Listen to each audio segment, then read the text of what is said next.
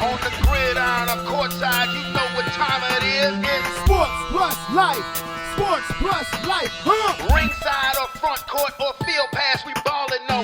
Knuckle up or buckle up. I tell it like it is when I'm on my show. Home run, slam dunk, knockout, or got to go. Sports plus life. Yeah. Sports plus life. Yo, yo, yo, yo! What's up? What's really good? It's your boy Brandon Brevon Towns, host of that show called Sports Plus Life. Yeah, heard? Oh man, and y'all already know what's going down today, cuz. So guess what? Guess what? Turn it off. Turn it off. Man, I'ma get it. Y'all get it. Y'all get it. Y'all get it. Cut. y'all get it. But anyway, please allow me to reintroduce myself. My name is Brandon Brevon Towns, and this here is Sports Plus Life, that there sports podcast where we talk about all of the necessary topics in sports and all of the necessary topics in life. And I hope everybody is doing good, doing well, doing wonderful, sending positive vibes to everybody out there. It is a crisp, cool 61 degrees today in the Richmond of the Virginia, and it is Monday, November 1st, 2000 of the 2-1. No, we're in November, people. We're in November.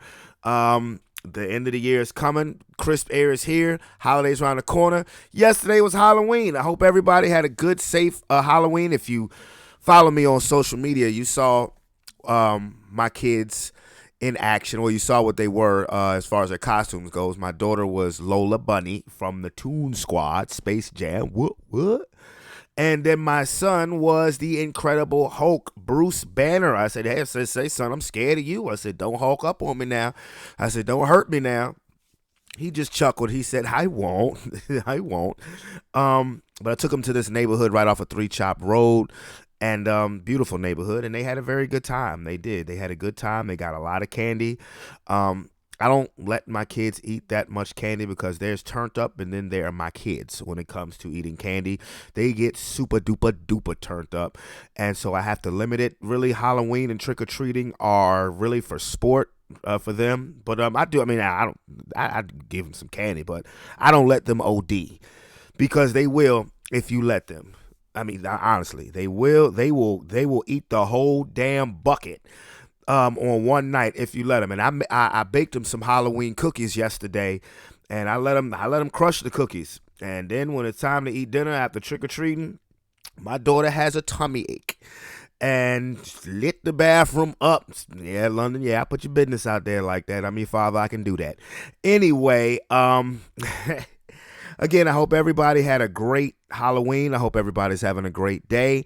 And you know I'm about to show my love because this is the week. This is the week on Friday, the big game. I got to show my Springer family some love. Holland Springs versus Varina at the new stadium in Holland Springs. I'm getting up with my class of '01. We're gathering up at that game. This is what I've been talking about for about the last 2 months. Well, it is here. It is showtime. It is time to do what we do. First of all, we better win the damn game, okay? That's my thing is we better win the damn game, okay? We better. But I cannot wait to see my peoples. Again, love bombs for everybody. You know, Adrian has been incredible with keeping that going. I mean, she made a promise to keep that going on a weekly basis. She has. It's been awesome. And everybody who has liked and participated on social media, on Facebook, you are the ish. Okay, because we need to keep them positive vibes, that positive energy going, because you know, life is too short to be just worrying about everything and walking around acting like a damn prick all the time. I mean, I'm serious. I'm serious because, as I've said before on many of occasions, once you reach the adulthood stage of your life, nothing goes by faster than time. Nothing goes by faster than time. And, you just want to enjoy as much of life as you can, because there are going to be times where life happens and it's things that are not enjoyable. And like I just found out just before I started recording that I lost one of my uncles in Philadelphia. Rest in peace. One of my cousins. Rest in peace, cousin Billy. It had been a while since I seen you, but nonetheless, your family, I love you. Rest in peace, my guy. So, again, that's just a reminder that you just never know, that you never know when your time here has come to a close. Only the Almighty, Almighty Heavenly Father knows. And, stress less, please. Stress less, please. That is something that I've had to, again, teach myself, because, like I said, life happens. Life happens.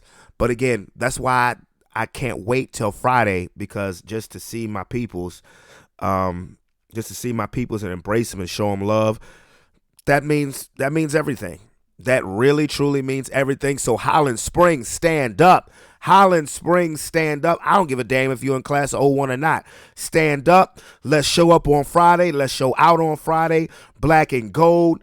Rep our school. Rep our city. Because if you got black and gold in you, that's a part of you forever. Hashtag Spring of Love is real. Why? Because we say it's real, damn it. Okay. I'm just saying, I might sound a little hype because I am excited. I'm excited. Now, my dog Vance ain't gonna be able, he couldn't get off work, but it's all good though.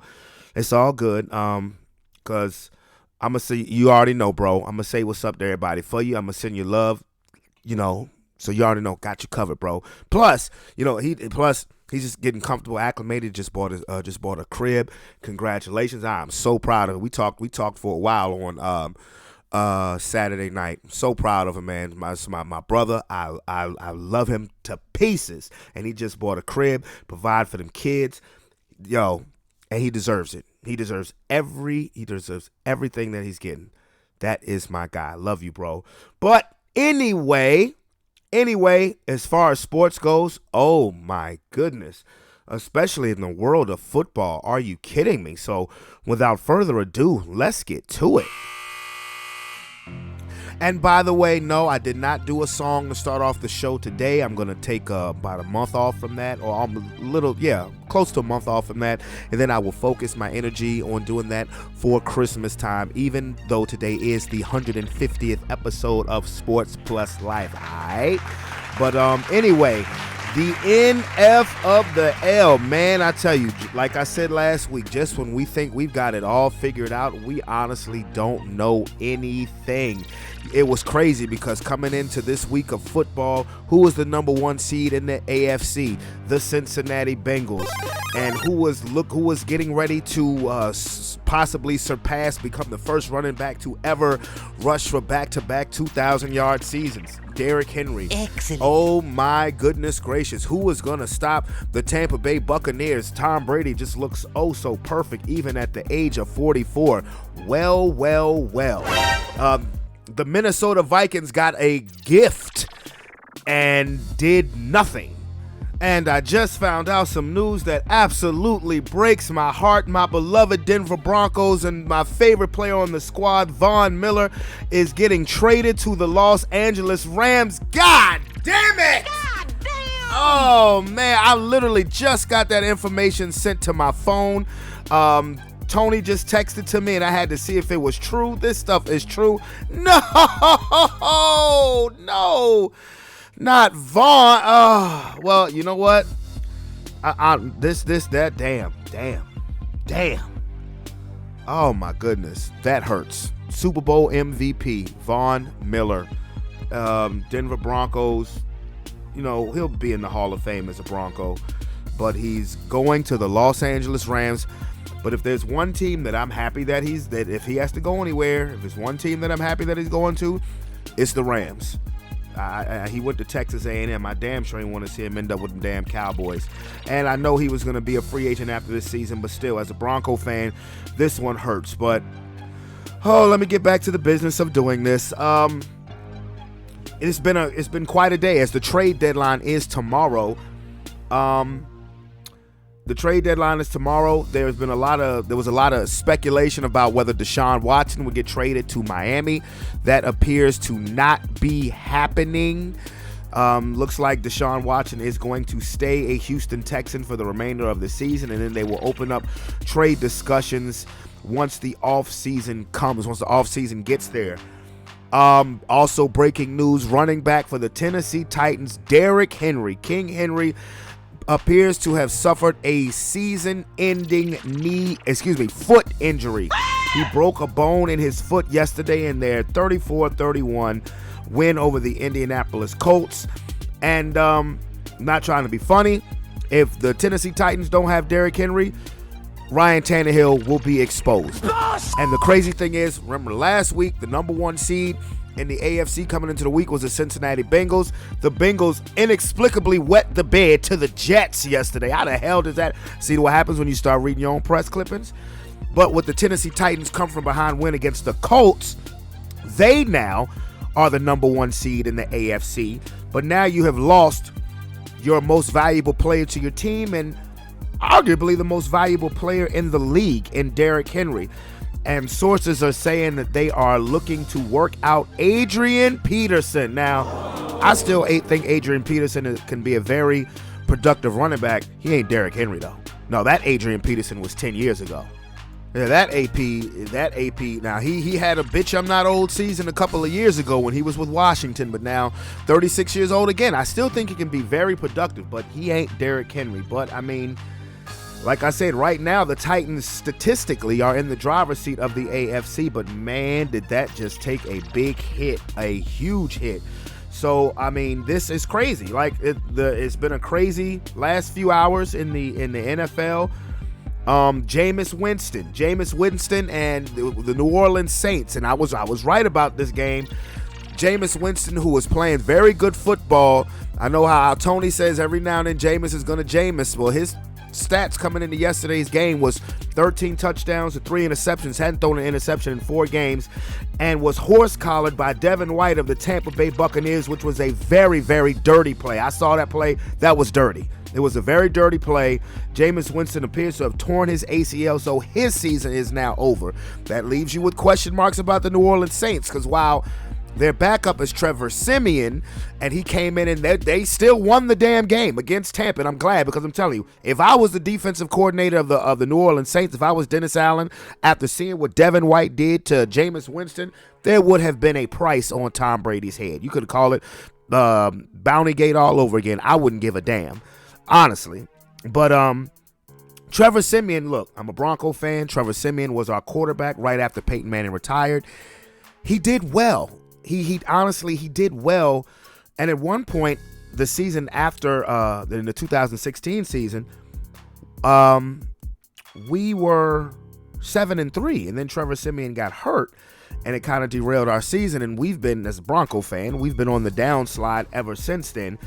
But do you trust that with Trevor Siemian? Because now, I mean, the thing with New Orleans is now, it's realistic. Before Jameis's injury, it was realistic that if you beat Tampa, that you could realistically make a play at still winning that division. Because now you're getting Michael Thomas back. You added Kenny Stills, who was a speed burner, who was a speed demon. You traded earlier this week to bring back Mark Ingram to pair up with Kamara. We know how effective they were, particularly in Kamara's first 2 seasons in 2017 and 2018. So now when you looked at when you saw the Saints early this season, you're like, gosh, and I would tell Tony, looks like all they have on offense is Kamara. That's changing. But now Jameis gets hurt. What do? Do you sign Cam Newton? Do you stick with what you got? Taysom Hill is coming off a concussion protocol, but Taysom Hill ain't no damn starting quarterback. I'm sorry. I'm going to tell you that right now. He's not. You suck. Do you bring in Cam Newton? I'm not sure. Because a lot of people are saying, yeah, they should bring in Cam. But Sean Payton's offense is really based on accuracy. Now, I know that's how it was run with Drew Brees. Jameis gave you a bigger arm. Trevor Siemian doesn't have that big arm. You got Drew Brees' arm, and then you got Jameis Winston's arm. You got Trevor Siemian, who's right there in between. So everything is crazy. Like, everything is crazy right now in the NFL. With the Rams, like I said, looks like they're getting Von Miller. Looks like they're going to trade Deshaun Jackson. They mutually agreed earlier in the week to part ways. Deshaun Jackson really wasn't used that much in the offense. I wouldn't do it because I looked at the Rams as having two of everything. You have two guys that could take the top off the defense, Van Jefferson, Deshaun Jackson. You have your intermediate guys, Cooper Kupp and Robert Woods. You have very good tight ends. So I don't know, but we'll see. But I will get to the scores now. The Thursday night game, which was a great game. The Green Bay Packers went into Arizona and beat the previously undefeated Arizona Cardinals. I called Arizona to win this game. But did the Packers really win that game, or did A.J. Green lose it? I mean, dude, you got to turn around and look for the ball. That was a gimme touchdown. But be that as it may, still got to give Aaron Rodgers his props. Green Bay has not lost since that opening week disaster at New Orleans, which was really at Jacksonville because the Saints weren't playing at home yet. Green Bay is 7-1. Arizona is 7-1. It's getting interesting in the NFC. On to Sunday's games.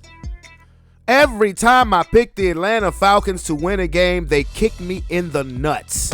I called them to beat the reeling Carolina Panthers, and guess what happened? The Panthers won 19-13. And then on top of that, the Falcons' best receiver, Calvin Ridley, said that he is stepping away from football for mental health reasons. So they just lost their best receiver. How's that Julio Jones trade feel to you now? Because pretty much now, your number one option has now become Kyle Pitts, who's, I'm pretty sure he doesn't have a problem being the number one option. But, like I said, every time I pick the damn Falcons, they crap on me. Anyway, next game, the Buffalo Bills defeated the Miami Dolphins in what was a very ugly game, 26-11. The Dolphins defense played as good as they could for as long as they could. But, you got to be able to put points on the board, and they couldn't do it. In the fourth quarter, Buffalo got hot, and that's that. Buffalo is now 5-2. The San Francisco 49ers went to Chicago and defeated the Chicago Bears 33-22. It was actually a very entertaining game. Jimmy Garoppolo actually ran for 2 touchdowns and passed for over 300 yards. Justin Fields had an absolutely just spectacular highlight reel of a touchdown run that looked like, hey, maybe the Bears are going to turn the corner and win this game. But the 49ers were the superior team yesterday. They get back on the winning track after losing 4 straight. They're now 3-4. In Cleveland, I called the Pittsburgh Steelers to beat the Browns because I was unsure of what the Cleveland Browns would look like. Didn't know if Nick Chubb was going to be back. Didn't know if there would be Kareem Hunt. And the Pittsburgh Steelers did beat the Cleveland Browns with Baker Mayfield playing, with Kareem Hunt playing, with the offensive line playing. Hey, dude, if I'm Mike Tomlin, I completely understand why he would have been so damn offended about those rumors about him going to USC. Why? Because every time you want to count the Pittsburgh Steelers out, here they come. They're 4-3. They've won 3 straight games. It's hard. Some coaches are hard to bet against, and Mike Tomlin is one of them. And next game, I will not let Tony talk me into picking the Detroit Lions on winning another damn game. I will not pick the Detroit Lions to do a damn thing. I feel bad because I love the Philadelphia Eagles, and to even think that they would, and they haven't played great, but to think that they would go in Detroit and be that team that lost to the winless Detroit Lions. Boy, I apologize, Philadelphia. The Philadelphia Eagles beat the shit out of the Detroit Lions 44-6. Jared Goff, my God, you stink. Biatch. I'm sorry. I've tried to defend you. I really have. And I still say, as far as the trade with Matthew Stafford, the Rams ceiling has to be winning a Super Bowl, not just getting there because Jared Goff did that. But Lord have mercy, are you a product of Sean McVay? Bro, you have never won an NFL game with any other coach but Sean McVay. Literally. You never won with Jeff Fisher. You haven't won a game. You're 0-8 now, and I'm pretty sure that Dan Campbell is ready to bench your ass. I mean, the Philadelphia Eagles defense isn't chopped liver, but it ain't world beaters. And good Lord, man, you stink. I'm serious. You suck. The Philadelphia Eagles, they have won their third game of the season. And the Tennessee Titans, as I mentioned earlier when talking about Derrick Henry, they beat the Indianapolis Colts in overtime, 34-31. Carson Wentz probably had maybe the dumbest interception. Well, okay. In retrospect, because of the time and situation of the game, the pick six actually wasn't bad, because had you just thrown an interception or taken a safety, all the Titans would have had to do was kneel on the ball. You'd have never got the ball back. And they got the ball back and went and scored a touchdown. I get it. But God, throwing a left-handed pass, jump left-handed pass in the end zone was just pathetic.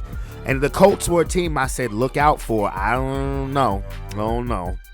But the upset of the day, and unfortunately, Derrick Henry, season over. The upset of the day, though, I mentioned it earlier, was in East Rutherford, New Jersey. The New York Jets knocked off the 5-2 Cincinnati Bengals 34-31. Who the hell is Mike White? Where the hell did this dude come from? Because this guy named Mike White, who I believe he's in his fourth season, but never started a game. First career professional start, throws for over 400 yards. What the hell do you need Zach Wilson for? If you have a guy that's gonna do that. And I know everybody's saying, well, there was no tape on him. Yes, it was, because Zach Wilson got hurt during last week's game. The guy Mike White did come in and play against the Patriots. But you're the Cincinnati Bengals. You might have been starting to feel yourself. You had a blowout win at Baltimore, division rivalry, and everybody is singing your praises, and Burrow, Jamar Chase, and the defense looks good. And then you lose to the Jets. And you had a 31-20 lead late in the fourth quarter, and you lost to the Jets. Now, it's one thing that I will say is that when the Jets had the ball last and it was 3rd and 11, and Cincinnati, if you stop them, you get the ball back, and Cincinnati stopped the Jets after about a 5-yard gain. That penalty that was called on Cincinnati's defensive back, lowering the helmet, that was ridiculous. I am sick and goddamn tired of the NFL and these personal fouls. They've gotten ridiculous. That wasn't the only thing that cost Cincinnati the game, because you shouldn't have found yourself in that position to begin with. But they would have gotten the ball back with a chance to tie, at least at worst tie the game and send the game into overtime. Now, I'm getting on Cincinnati because, again, like I said, you shouldn't have found yourself in that position to begin with. But that call was ridiculous. You have a running back catching the ball. He's lowering his helmet and his shoulder, and the defender is doing the same thing. I understand you're trying to protect head injuries in the NFL, but this is football. Jesus, let them play football. But anyway, bad loss for the Bengals. The Los Angeles Rams beat the Houston Texans at Houston 38-22. The Rams are my fantasy football team defense. So when it was 38-0 in the fourth quarter, I'm like, yeah, I'm looking good. And then the Texans scored 22 straight points. I'm like, what the hell are you doing? Stop playing so conservative. Just play for 60 minutes. Now the Rams won the game. They look great. Matthew Stafford, low key, may be head of the MVP race now. But the Rams are now 7-1, getting tricky in this NFC. The New England Patriots went to the Los Angeles Chargers and beat the Chargers 27-24. I told y'all last week when I was on here picking this game with Tony, I said I have no reason to pick the Patriots. I don't know why I'm saying the Patriots are going to win this game, but it's just a gut feeling that the Patriots are going to win. And my gut was correct. Watch out for the Patriots. You watch out for the Patriots. And I'm getting back to that level where I was at the beginning of the year, where I said I cannot summariously hand this division to Buffalo, because Buffalo didn't look great yesterday. The Patriots, they are starting to figure something out. Seattle beat Jacksonville 31-7. Gives a fuck. The Washington football team went to my Denver Broncos, and my Denver Broncos won. I said I wasn't picking the Broncos to win another damn game until we ended this losing streak. We win the game, but we trade Von Miller. Ain't that a bitch? I mean, we're 4-4 now, but I mean, my guy Von. Oh my goodness. And again, I mentioned the New Orleans-Tampa Bay game, the injury to Jameis Winston, and I just love the fact that the Saints won anyway, because again, that was a dirty play by Devin White on Jameis Winston. The Saints won 36-27. Tom Brady threw 3 interceptions in a game. What? Not terrific Tom, not walk-on-water Tom, not everything Tom Brady touches turns to gold. What? Not that guy. Not the 44-year-old guy who's aging in reverse. Man, there would have been a price on that motherfucker head after Devin White did that dirty shit to Jameis Winston. So now the Saints are 5-2. Again, that begs the question, what are you going to do as far as the quarterback situation goes? Because Tampa has a bye next week.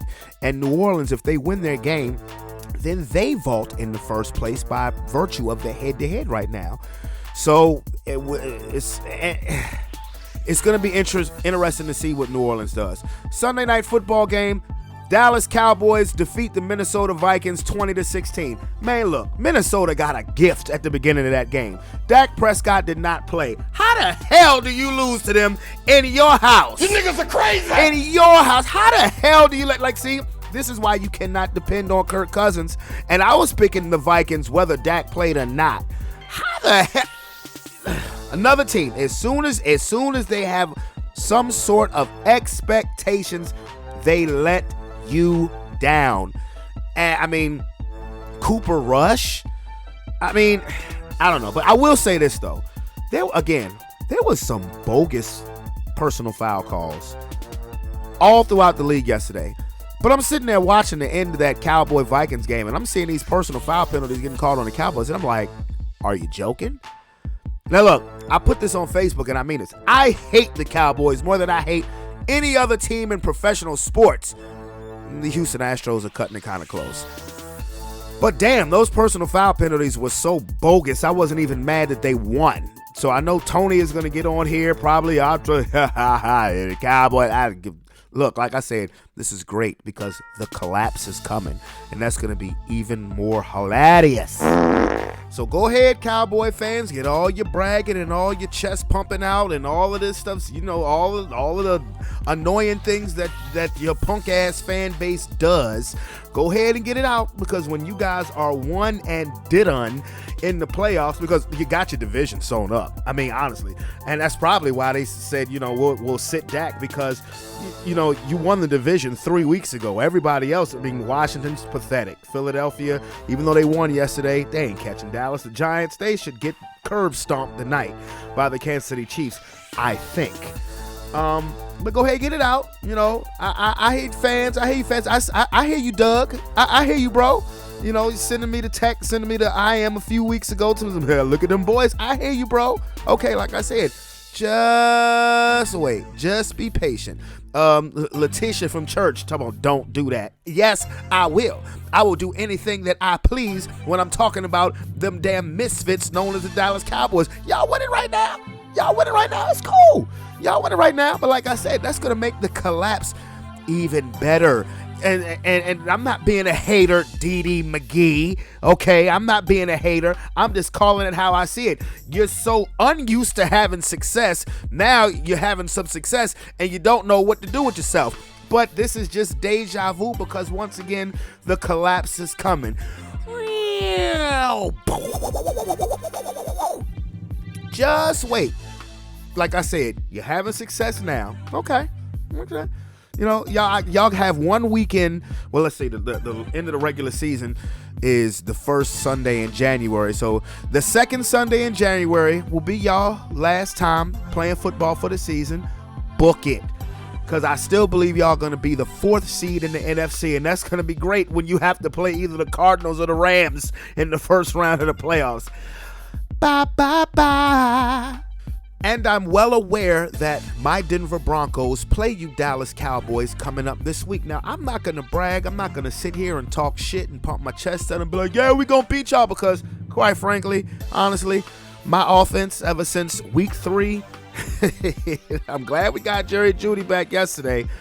but I don't like my chances. I mean, even if y'all play Cooper Rush, because God, we played Case Keenum last week. So, I mean, I'm just saying it now. We're without Von Miller. Say another motherfucking word and this shit is over. No! And I ain't playing no.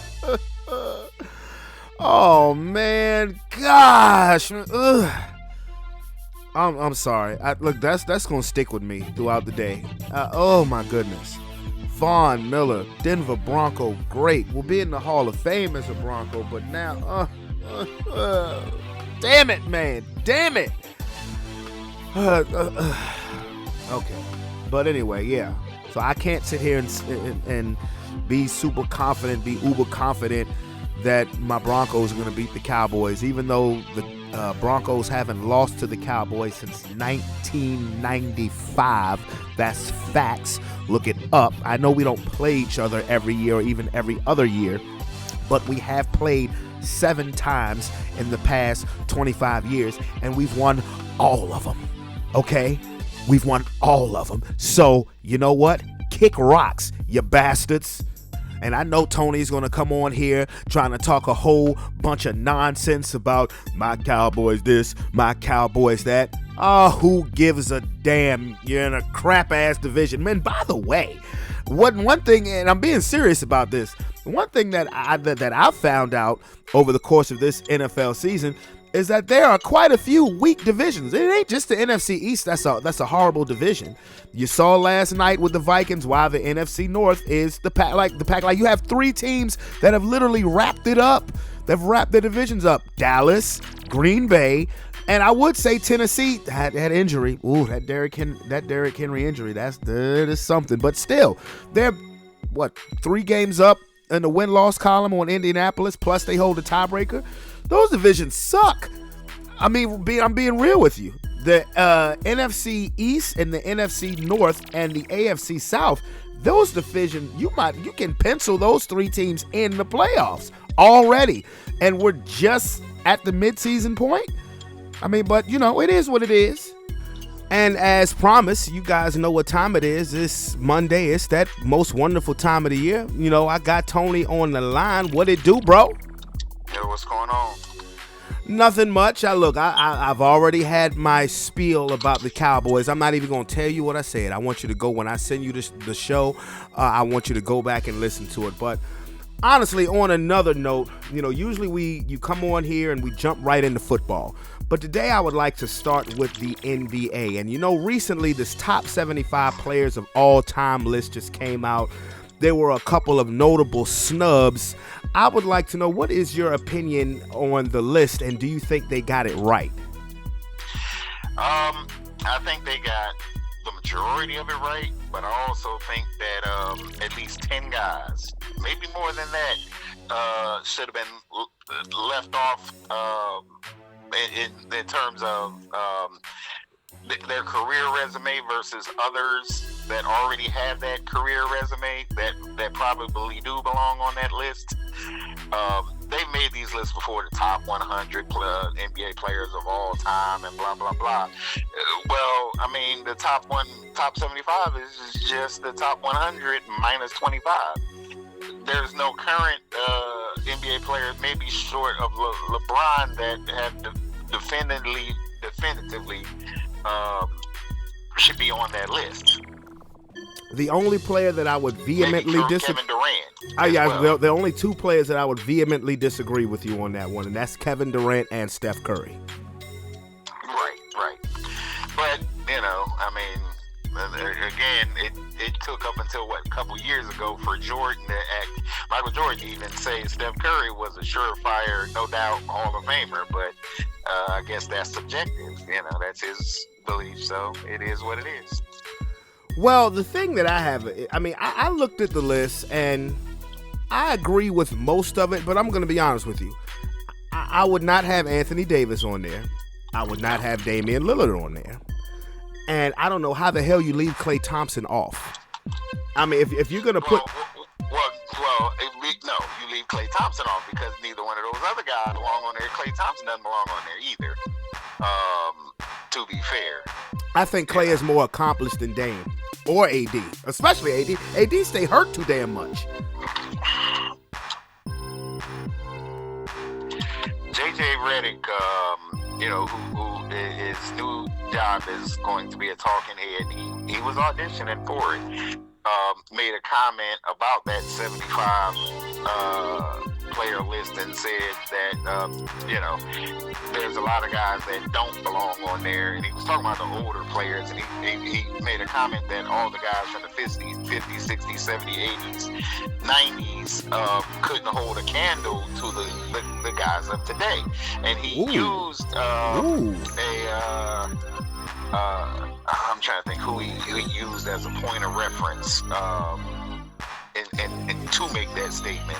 It might have been AD, and he was talking about AD is better than pretty much every power forward in the Hall of Fame. He's on drugs for that. Bruh, I said he's on drugs. He's better than Kevin Garnett, Malone. He's better than Moses Malone, Barkley, all these guys that came before him, and Dirk, even Dirk. He's better than Tim Duncan? Really? Yeah. But that was, this is what he said. And come on, JJ. And now, the game has changed. Athleticism speaks volumes. I mean, it does. I give him that much. But come on, man. All of those guys were guys that were transcended at that position and had very different styles. So, no.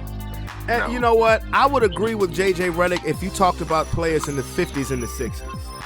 But in the modern day of basketball, maybe even the 70s to some degree, but in the modern day basketball, like, okay, I will never disrespect any of Bill Russell's titles, but it's like when you only have 8 teams in the league and the majority of the best players play with you, play for your team, you should win about 8 titles. But in the modern day era of basketball, I believe players in the 80s and the 90s would smoke these players today.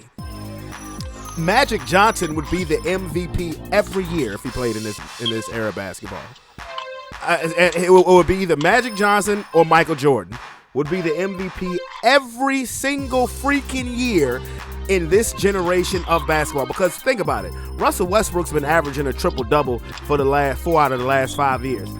If Magic Johnson played in the league today, given the fact that he is, he's the reason why motherfuckers like Giannis and Kevin Durant and LeBron James exist, do you think Magic wouldn't be putting up a triple-double every night?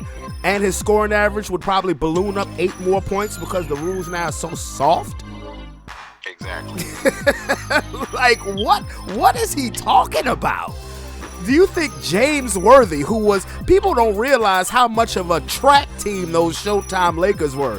Do you think that James Worthy wouldn't average damn near 30 points a game playing in today's NBA?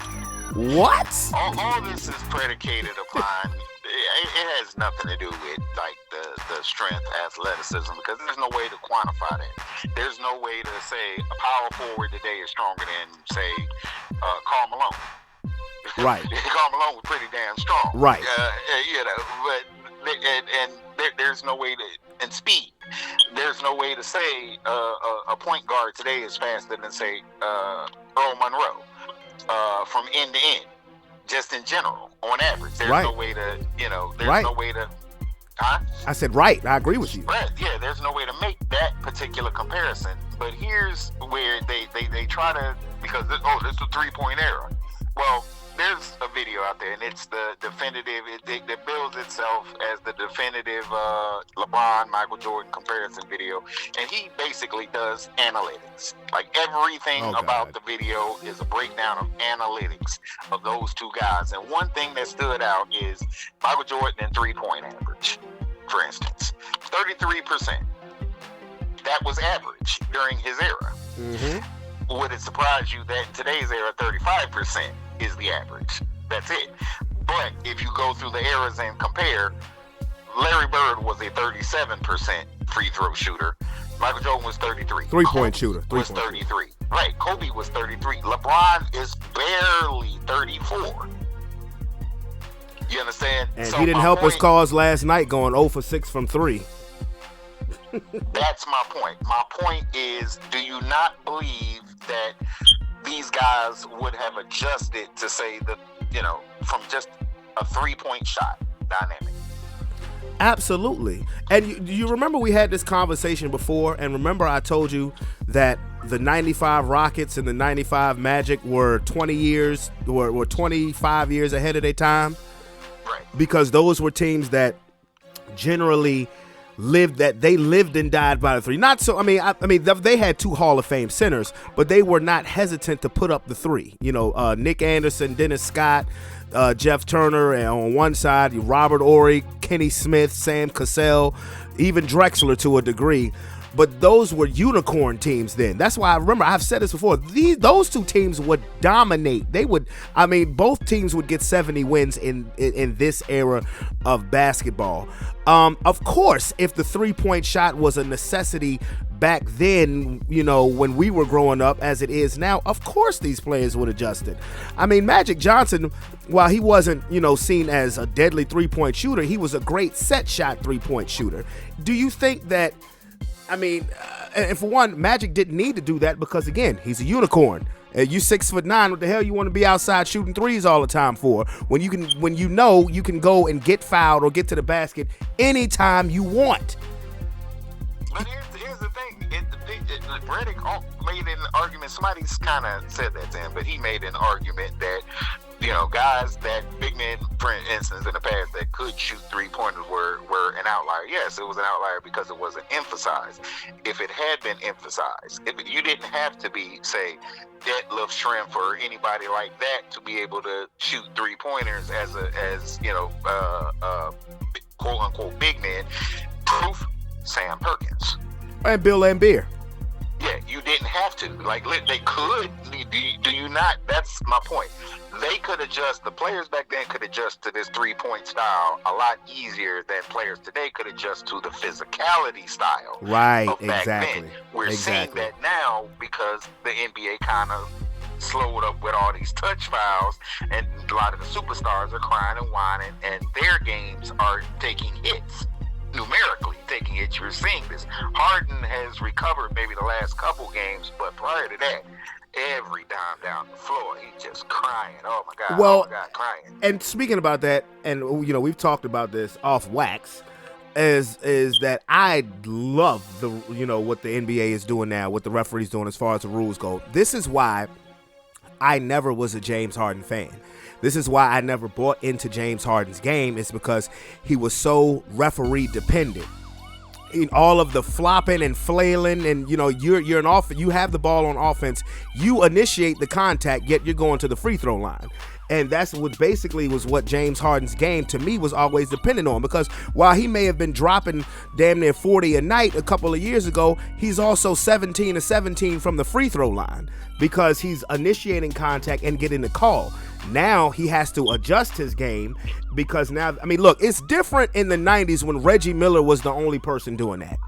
You looked at it, you laughed, or unless Reggie was playing against your team, when he would kick his legs out and flail, but he was the only person doing that.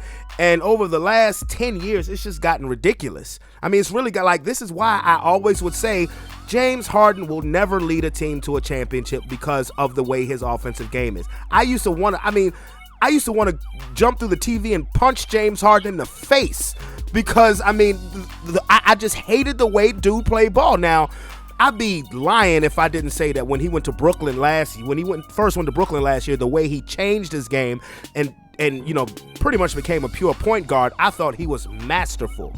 But these rule changes, I thought, are great. And it's not because I wanted to singly target James Harden. Damian Lillard is suffering from it too. Tell you something funny. We're watching this league where there's that, but then there's I watched the team the other night. It shall remain nameless. You got a 4-on-2 fast break, but you're shooting a pull-up 3. Yeah, that's ridiculous. But then the more things change, the more they stay the same. So I watched my squad. Y'all don't know I'm a Bulls. We know. Before Michael Jeffrey, I was a Reggie Theus fan. Oh, wow. Woo! Yeah. Reggie Theus. Damn. Okay. His son played for UVA. How about that? I watched my team play a tough, really tough Utah team. The difference in that game, Utah's dependence, or at least psychological dependence on that three-point shot. They would come down, they got to get a three. Gobert had a really good game against Vucevic, but yet they refused to go inside. They kept chucking up threes. Bulls were defending that three-point line. They held them to 21% from the three. Meanwhile, on the other end of the floor, the Bulls were going inside, but guess who? Not to a big man, not to Vucevic, because Gobert is a really good interior defender. Right. They were going to two-point master DeMar DeRozan. Yeah. Why the NBA has devalued the mid-range game when and they really have. Michael Jeffrey Jordan, arguably the best that ever did in the mid-range. I don't understand. The law of percentages, yes, three-point shot, three is more than two, but if you can increase your odds of getting two to something like 60, 70, maybe even 80% versus three, that the best you're going to get is 50. I don't understand it. Well, I mean, Michael Jordan was definitely a mid-game master, and then there's a lot of mid-game dudes. It's him, DeMar, and our current iteration, Richard Hamilton. I was just getting ready to say Rip Hamilton. Yeah. Yep. Another guy who's actually mid-range and doesn't get enough credit for it is actually Malcolm Brogdon. I called him Baby Rip when he was coming out of Virginia. But like three-point shots is cool, but I don't know.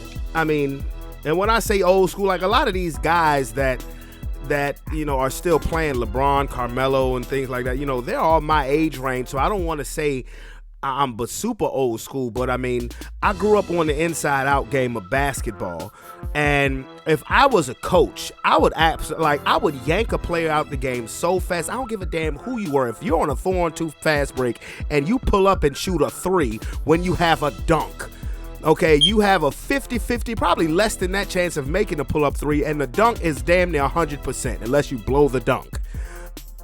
And I don't know. I mean, I don't. Well, you're a Laker guy, so let's use Kobe because he played multiple eras. Right, he did. And his game changed, but the most efficient Kobe and the best version of Kobe was when he didn't settle for threes. That was when MVP Kobe. Post, when he, inside the paint area, tried to get to the paint versus draw fouls rather than stand back and chuck threes. The three chucking Kobe was when he's trying to, I don't know, maybe win a scoring title. Honestly, three chucking Kobe was when his body couldn't really take the punishment anymore. Like his last year in the league, all Kobe did was chuck threes. He chucked threes from where Steph Curry is shooting them at. Kobe, like I said, the year he won MVP, you know, he would post you up. He would go inside. He would drive the ball in. He would take threes from time to time, especially if he was feeling it that night. But three chucking Kobe was old. Was when Kobe got old. You know, when, like I said, year 20, when he was after the ACL injury, he was barely able to stay healthy. After he was barely able to stay healthy for the last 3 years of his career. He barely was ever able to stay healthy. He had one dunk his final season. He had one dunk, and he said when he dunked, it hurt. He can't. So that's really all he could do. Like Jordan, Jordan. He never chucked up threes, but the Washington Wizards Michael Jordan was a jump shooter. That's it. Every now and then you would get the occasional dunk, but that's just what it was. The best Kobe was that Kobe Bryant from 2005 to 2000, and from 2005 to the time he tore his ACL.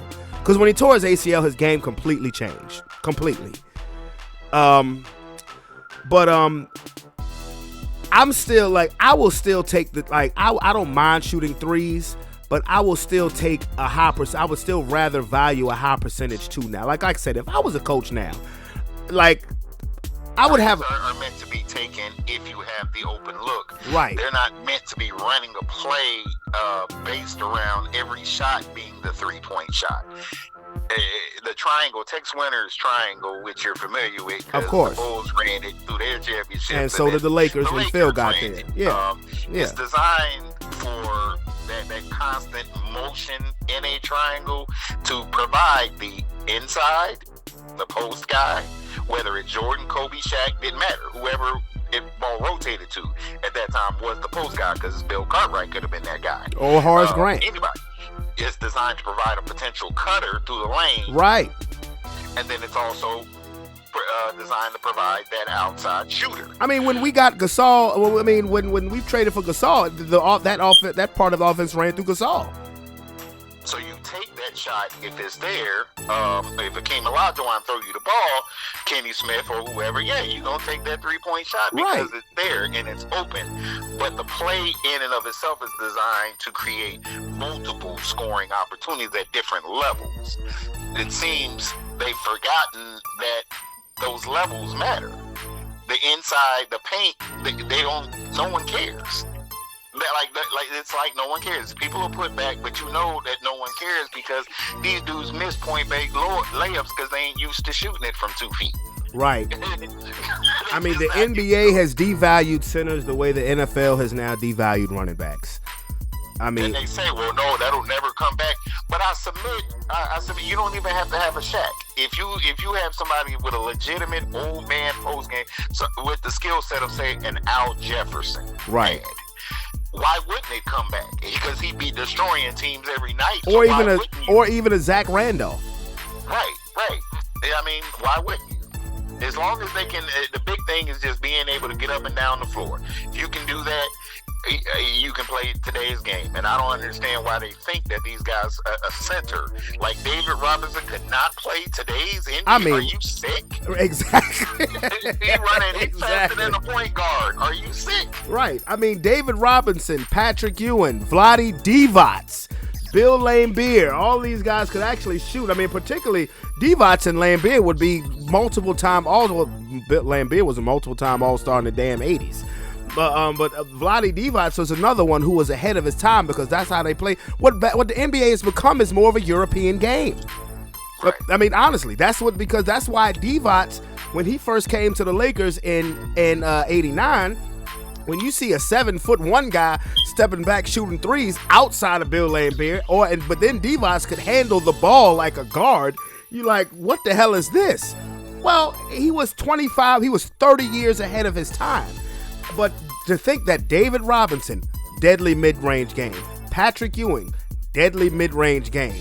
I'm pretty sure there's Rick Smith, Duncan Dutchman, deadly mid-range game.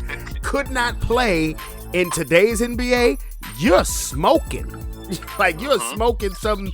I don't know if I want to tell you to pass that shit or if I'm ready to call the police because something is wrong with you. Like, that's just crazy. Now, as far as the top 75 list, do you think Dwight Howard was a snub? Because honestly, I do. Compared to the people that they included, this is what I mean about the body of work resume, the entire body of work. There's no way Dame Lillard should be on there before Dwight Howard. There was a period of time over 5 years where Dwight Howard was Shaq. Basically, he was the force of nature in the NBA. Unquestionably. Dame Lillard has never been the force of the NBA. He's been a good player through his whole career, but he's never been one of them guys that you look at and say, he's the best even at his own position. I think, honestly, what hurt Dwight Howard was after he left Orlando, he pretty much became a journeyman. Even though I understand all that. It's fine. I mean, that's what a lot of dudes. Shaq became a journeyman at the right, end. exactly. But this is a numbers game. Body of work. Yes, this is a numbers Career. game. Yes. And if you're going to put current players on there, there's no way you put Dame Lillard on there before Dwight Howard. You can make a argument that no way you put Carmelo on there before Dwight Howard. Right, that's true. You know what I'm saying? Consequently, Carmelo, one problem with Carmelo, underachieving mentality. Because if you're asking me, at my eye test, and I watched them, Carmelo was a better overall player, prospect, and player than LeBron James. Right.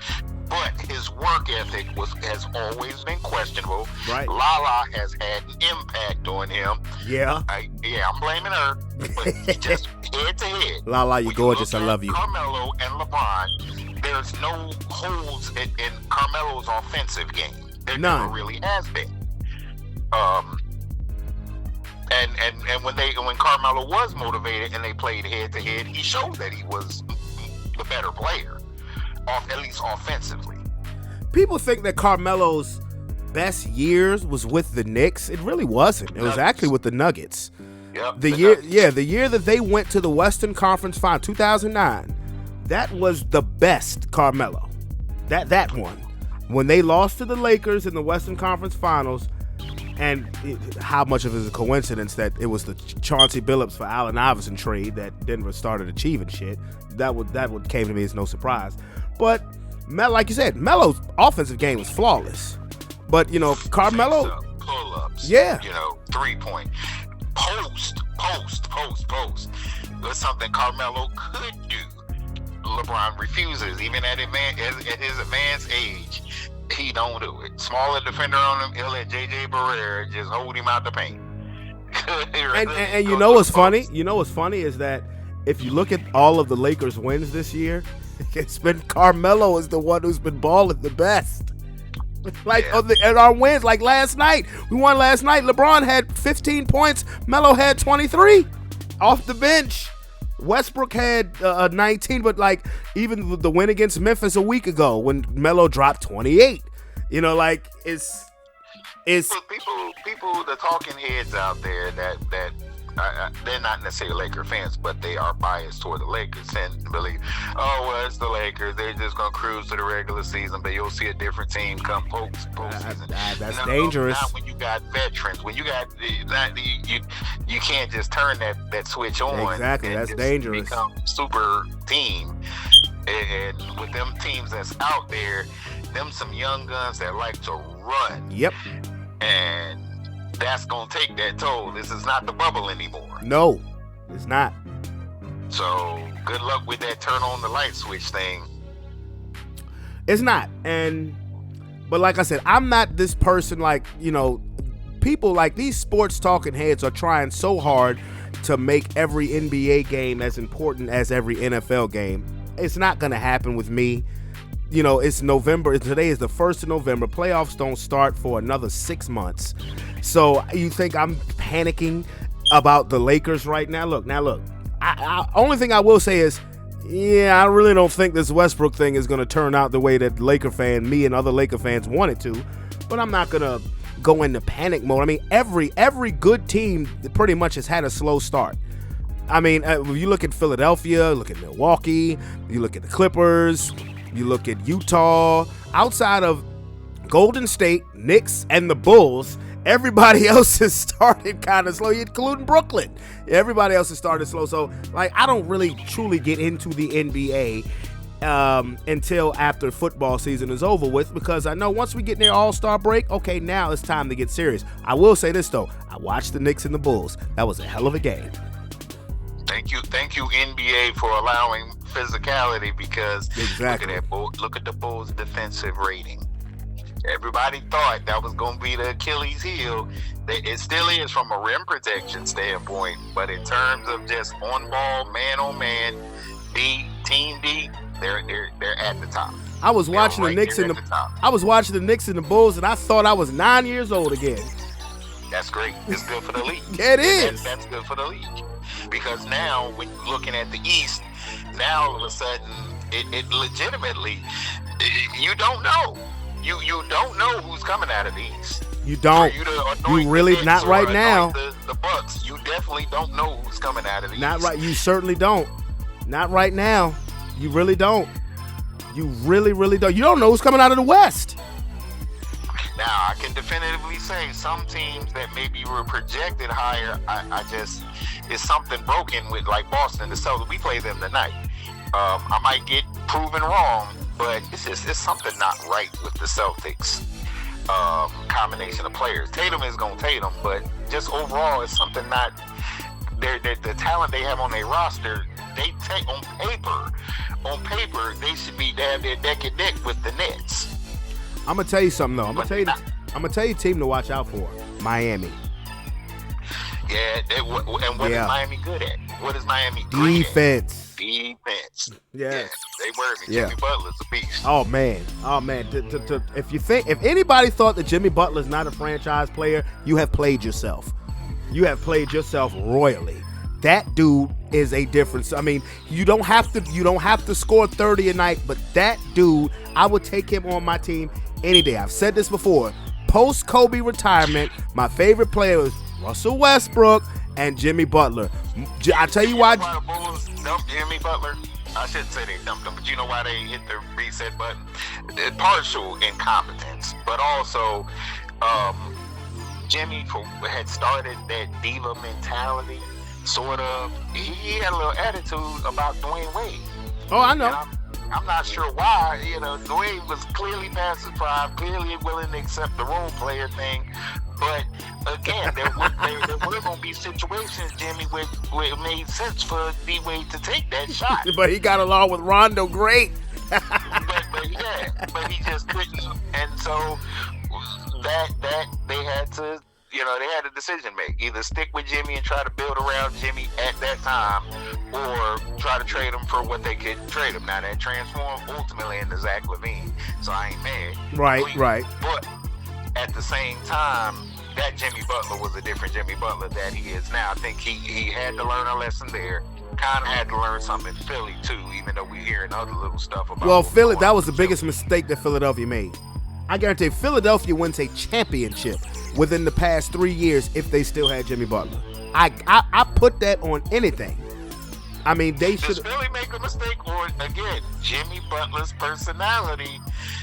Jimmy Butler had issues with. He's not the man. Once he became that diva dude, if he was not the man, then I'll be honest, Jimmy Butler became a malcontent. If he was not the definitive head above shoulders, the man, he became a malcontent. Well, Jimmy Butler's issue in him on Miami, except for fan favorite Tyler Herro. He's a bench player. Jimmy Butler's issue in Philadelphia was Ben Simmons. It wasn't Embiid. His issue was Ben Simmons, because he did not like the way he didn't like Ben Simmons' attitude and didn't really particularly like his offensive game. Him and Joel Embiid actually were pretty tight. That's why Joel Embiid says to this day, we should have never traded Jimmy Butler. His issue was Ben Simmons. How's that working out in Philly right now? Yeah. Exactly. Yeah, but how's it working out for Ben Simmons? Because he just keeps doing this. But the problem is, I don't see that owner buckling, man. I honestly don't. I mean, he's going to get a trade that he likes or bust, and you just going to sit.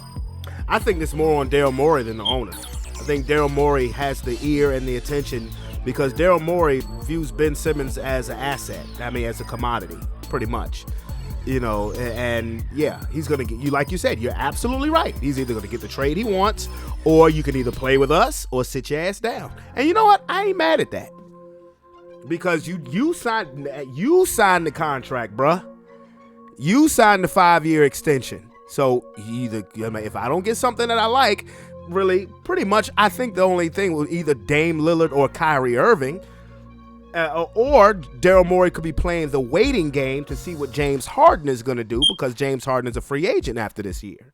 Right. But anyway, all right. Now let's move on to the NF of the L. So what was your takeaway? And before you start your cowboy rubbish, what was your takeaway from the week?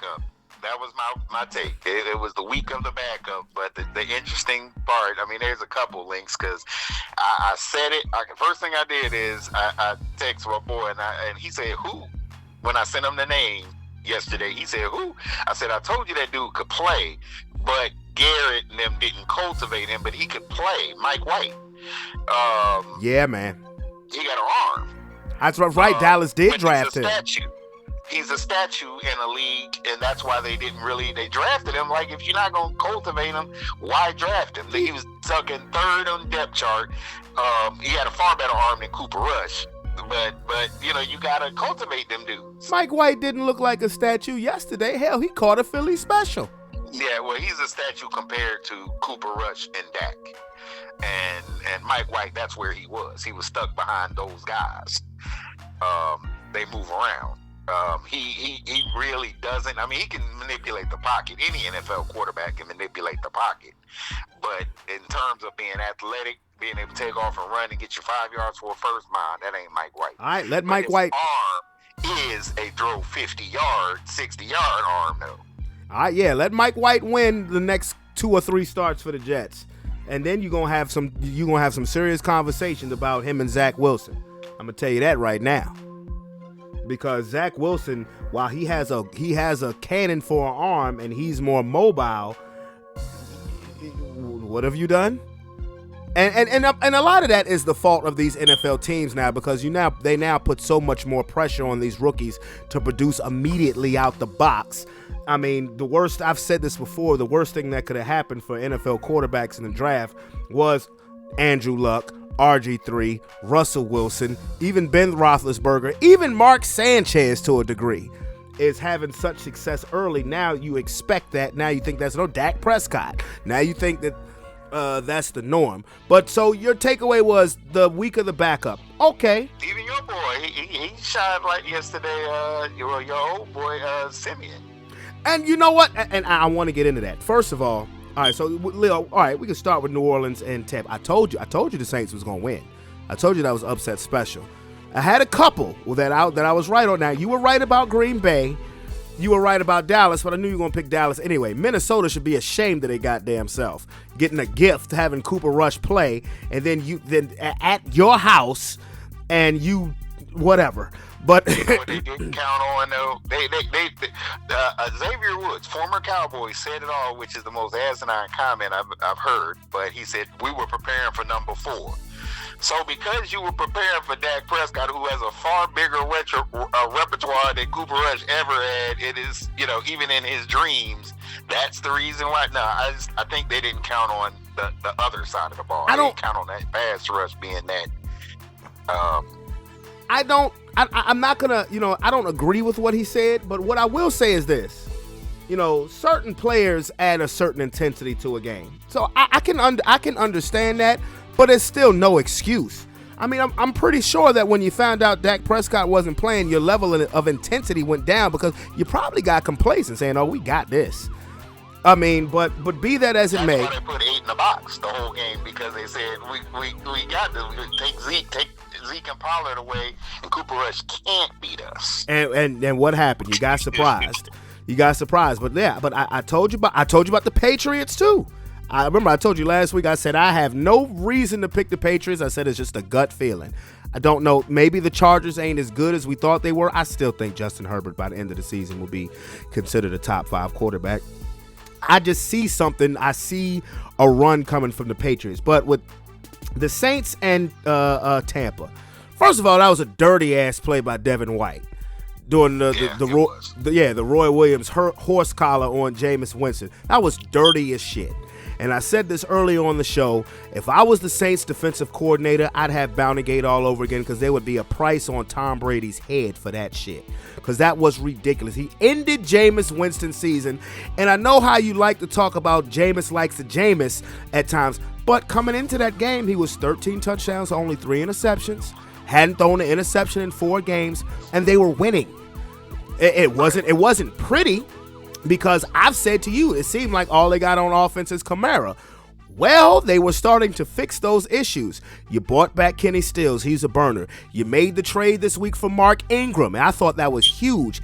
And you're getting Michael Thomas back. So now you can legitimately say, hey, the Saints might be you could legitimately have said the Saints might be a Super Bowl threat. Because think about this now. Tampa is off next week. If New Orleans wins, now they are in first place based on the head-to-head matchup with Tampa Bay.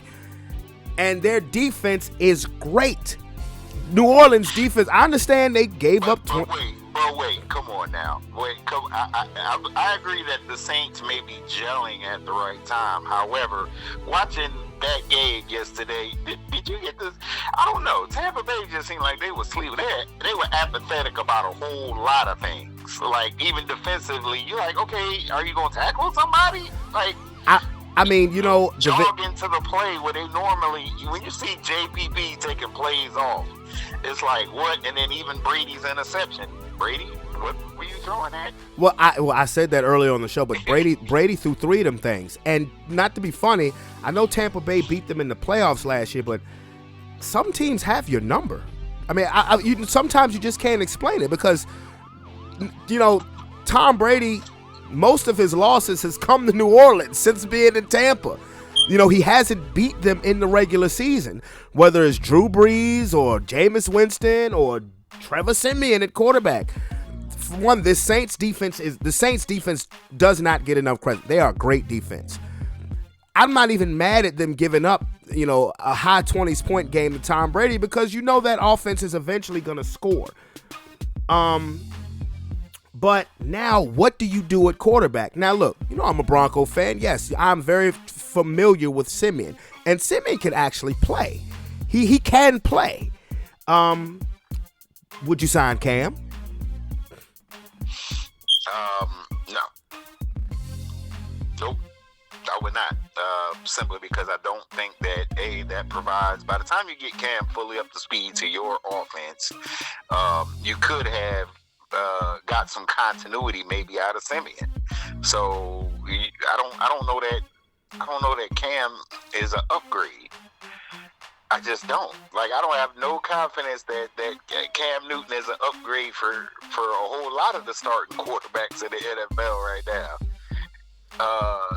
Even some of the backups, I just don't. Well, let's put it this way. Because I'm a Bronco. Cam in Philly, I think the net result of Cam in Philly is probably roughly the same you'll get from Hurts, because Hurts can provide that dynamic athletically that Cam can't provide anymore, which is a wild card. Right. You're hoping that Cam will flash old Cam, but that's a wild card too. So, well, okay. Well, if you're New Orleans, do you sign Cam as a backup? Because being a Bronco fan, knowing Trevor Siemian's history, he does get hurt.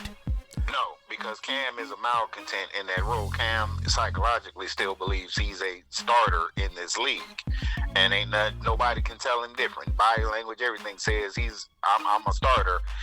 I should be starting over Trevor Siemian or whoever else. So why even infuse that in your locker room? If it's peaceful and harmonious, leave it that way.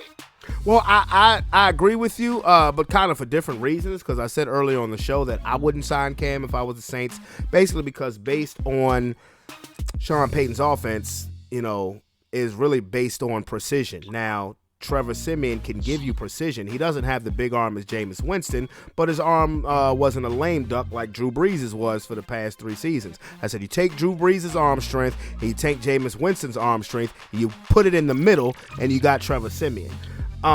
It sucks because the Saints really have a chance to make this interesting in regard to this division.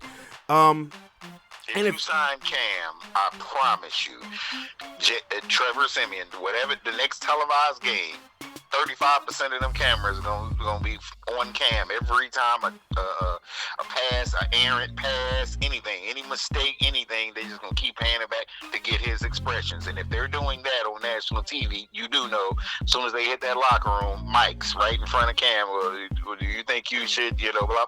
It's just not worth the headache. Like, at this point, if you do something like that, you do it in the off season and then establish, but midstream like this, no, unless Siemian has a flop. That division is within reach. It is. Either way, you'll know what you need within the next couple games. That's why I think that play was so dirty by Devin White, because the division is in play. Like I said, if the Saints win next week and they play the Falcons, and I'm never picking the Falcons again. Every time I pick the Falcons, they crap in my face, and I'm never letting you talk me into picking Detroit again, neither. But I don't know what they did yesterday. Yeah, right. But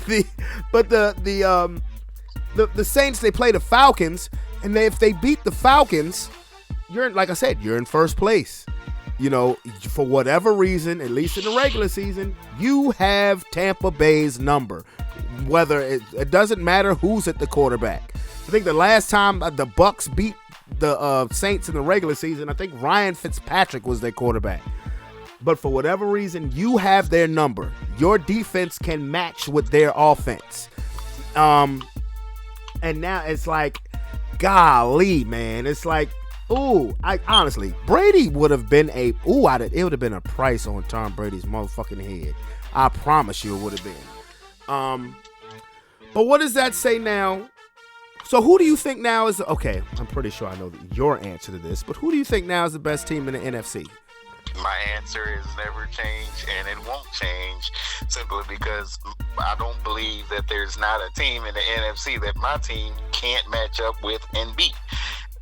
We all got our strengths, we all got our weaknesses, but in the big picture, a fully healthy offensive backfield for the Dallas Cowboys can score on anybody in the NFC and score with anybody in the NFC. So there's that. The question always was the defensive side. Now, you're getting Gallimore back. You're probably getting DeMarcus Lawrence back maybe next week. They might not. They might even hold him out of the Denver game because these guys are playing well. But you're getting, and Kelvin Joseph is now on the active roster. So you're getting reinforcements on a defense that's already playing pretty damn well. The only time they look porous is when they make mental mistakes. The physical is not even an issue anymore. It's the physical. I mean, it's the mental mistakes, blowing coverages, type thing. So I think that we can play with any of them teams defensively. So that being said, because I don't care, people say Kirk Cousins had been playing well. He had That's been. One. He had been. When he turns around and hands that ball to Dalvin Cook, that's not Kirk Cousins anymore. That's Dalvin Cook and their offensive line. And I can say we shut Dalvin Cook down. Yeah, Justin you Jefferson, did. 2 catches, 21 yards. Yeah, you did. Say what you want. Thielen, you heard his name on that one touchdown. You didn't hear anything else about Thielen.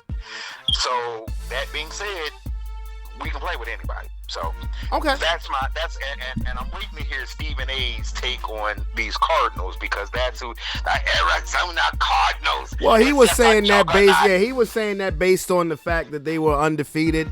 I mean, if I was a betting man now, you know, with the, I guess, Fluid Stevens A-list that's going to come out tomorrow, which I don't really pay much attention to. I would probably say that he if he doesn't have y'all at number 1, he will probably have the Rams as number 1. And that leads me to, of course, the breaking news that you told me first. I had to go online and look it for myself. I damn near cried. I've already vented on the first part of this podcast. Von Miller, my beloved Denver Bronco Von Miller, has been traded to the Los Angeles Rams for a 2nd and 3rd round pick. The Rams are going for it. And with everything that you said about Dallas's offense, and it's true, I'm not going to sit here and deny it. One thing that the Rams know that they're going for is, you know, that if you're going to win, particularly in today's NFL, you have to be able to get after the quarterback. You have to have as much as the referees will allow you, because the referees have been ridiculous. They were ridiculous to your team last night. That's why I said I'm not even mad that they won, because those calls were bogus. But now you're putting Von Miller in a situation where he can win another Super Bowl. We have seen him in his career literally take over a postseason, an entire postseason. And as we had this conversation off wax, as great as I thought DeMarcus Ware was in the conference championship game and the Super Bowl that year, Von Miller was still better than him. Now you're putting him with Aaron Donald, and you're putting him with Leonard Floyd, and you're putting him with Jalen Ramsey and athletic young linebackers. The Rams are going for it. Now, are the Rams going to trade Deshaun Jackson by tomorrow? Don't know. That's what they said they were going to do. At first, I said, hey, Deshaun Jackson should go to New Orleans. Never mind now, because Trevor Siemian don't have the arm to match Deshaun's speed now that Jameis Winston is hurt. If I'm Deshaun Jackson, I'm saying, okay, Green Bay. If I'm They're gonna try to ship him out of the NFC because the only teams that would really pursue him are going to be the contenders, and you don't want to like him to. You wouldn't trade him to Green Bay because you wouldn't want him to with come Aaron back and Rodgers. bite you in the ass. Yeah, you just wouldn't want that. Okay. In terms of Von Simmons, Von Miller. Von Miller, rather. Okay, one, he's not that same guy. That championship, Denver championship. He doesn't have to be what that He's got defense. nicked up. I understand he's playing with a bunch of names. I understand that. But I also understand in the big picture, that move, I text you first about do we really want it, because apparently we were exploring it, but the only reason why we were exploring that dynamic with Von Miller because of his versatility, he can move around, and that would put. And Quinn is now like he did last night. A lot of them dudes, other than Odigizua, don't have a defined position on the D line. They might rotate to the left, they may line up on the right, they may come up the middle. You just don't know. And Von Miller can do that. So I guess they were thinking if the price is right, match that with Gregory and Lawrence and Von Miller, which would be a beast. That same thing, I guess, kind of exists in the Rams, but Aaron Donald only plays in the middle. So that means Von Miller is going to be either one side or the other. If you got two good tackles or you're Aaron Rodgers. But remember, you have Leonard Floyd on the other side of Von Miller. But Leonard Floyd is not that dude. He's good, but he's not that dude. He's not what you would think this guy is just going to tear us up on Sunday type thing. He may make a play against you, but he's not that dude. That you have to worry about. So teams are still going to play them in a similar way. You just, again, it is Von Miller, so you do got to keep up. But teams are going to play him the same way. We never really double team Aaron Donald anyway, because our guards were always pretty strong against him. So it's that center that's our weak point side. I don't think that changed because I have confidence. Tyron Smith, and to a lesser degree, the way Steele is played, I'm okay with him lined up against Von Miller. Tyron Smith, I'm definitely okay with him lined up against Von Miller. But I'm not just basing this on matchup with Dallas. I'm basing this up on matchups with Tampa Bay, with Green Bay, Arizona. Every team in the NFC, if they do, I'm trying to think of the contenders that actually have weak tackles, weak offensive line type situations, and a lot of them don't. So, you would have to say Green Bay, but they're getting Bakhtiari back in the next week or two. So they'll be shored up. I would probably say the weakest of that link would probably be Arizona. Probably, but to me, I understand what you're saying when you say that. I look at them getting Von Miller is equivalent to Arizona picking up J.J. Watt. Oh no, I'm not going there. No. I will because this. Motivation is a hell of a thing. If you stuck in a situation on a team like Houston that was underachieving, blah blah blah, you just going through emotions Sunday, and then you go to a team and you smell that ring, all of a sudden you get new life. That is a danger with Von Miller. that dude, he wasn't a bad player still. I was going to say he had gotten a sack every game he played this season. Right. So there's a chance that he say, okay, we going for it. That I'm gonna take this, I'm gonna get this juice and I'm gonna go. He's gonna tell Aaron Donald, hold my beer. But we shall see. We shall see. I just again, okay. I don't think it. There's a lot more juice in Von Miller than there is in J.J. Watt. I guarantee you. I think it affects the most, and you're right. It may affect Arizona the most. Them playing them, but a lot of the other contenders, I don't think it impacts them that much. No, I'm gonna be honest with you. When it comes to lines, I think Arizona might be the worst, but I also think Arizona's a bad matchup for the Rams. Styles make fights. I think this will be more of an impact on Tampa. It'll be more of an impact on Tampa, Dallas, Green Bay, and Aaron Rodgers ain't no statue, neither is Dak Prescott. But I could see Vaughn can get to those quarterbacks. He can still get to those quarterbacks. I don't think it affects Arizona outside of, maybe putting slightly more pressure on Kyler, I don't think it affects them that much. I think the Cardinals are really a bad matchup for the Rams. They just are. The Cardinals are a bad. Something funny about the Rams versus versus Dan Quinn.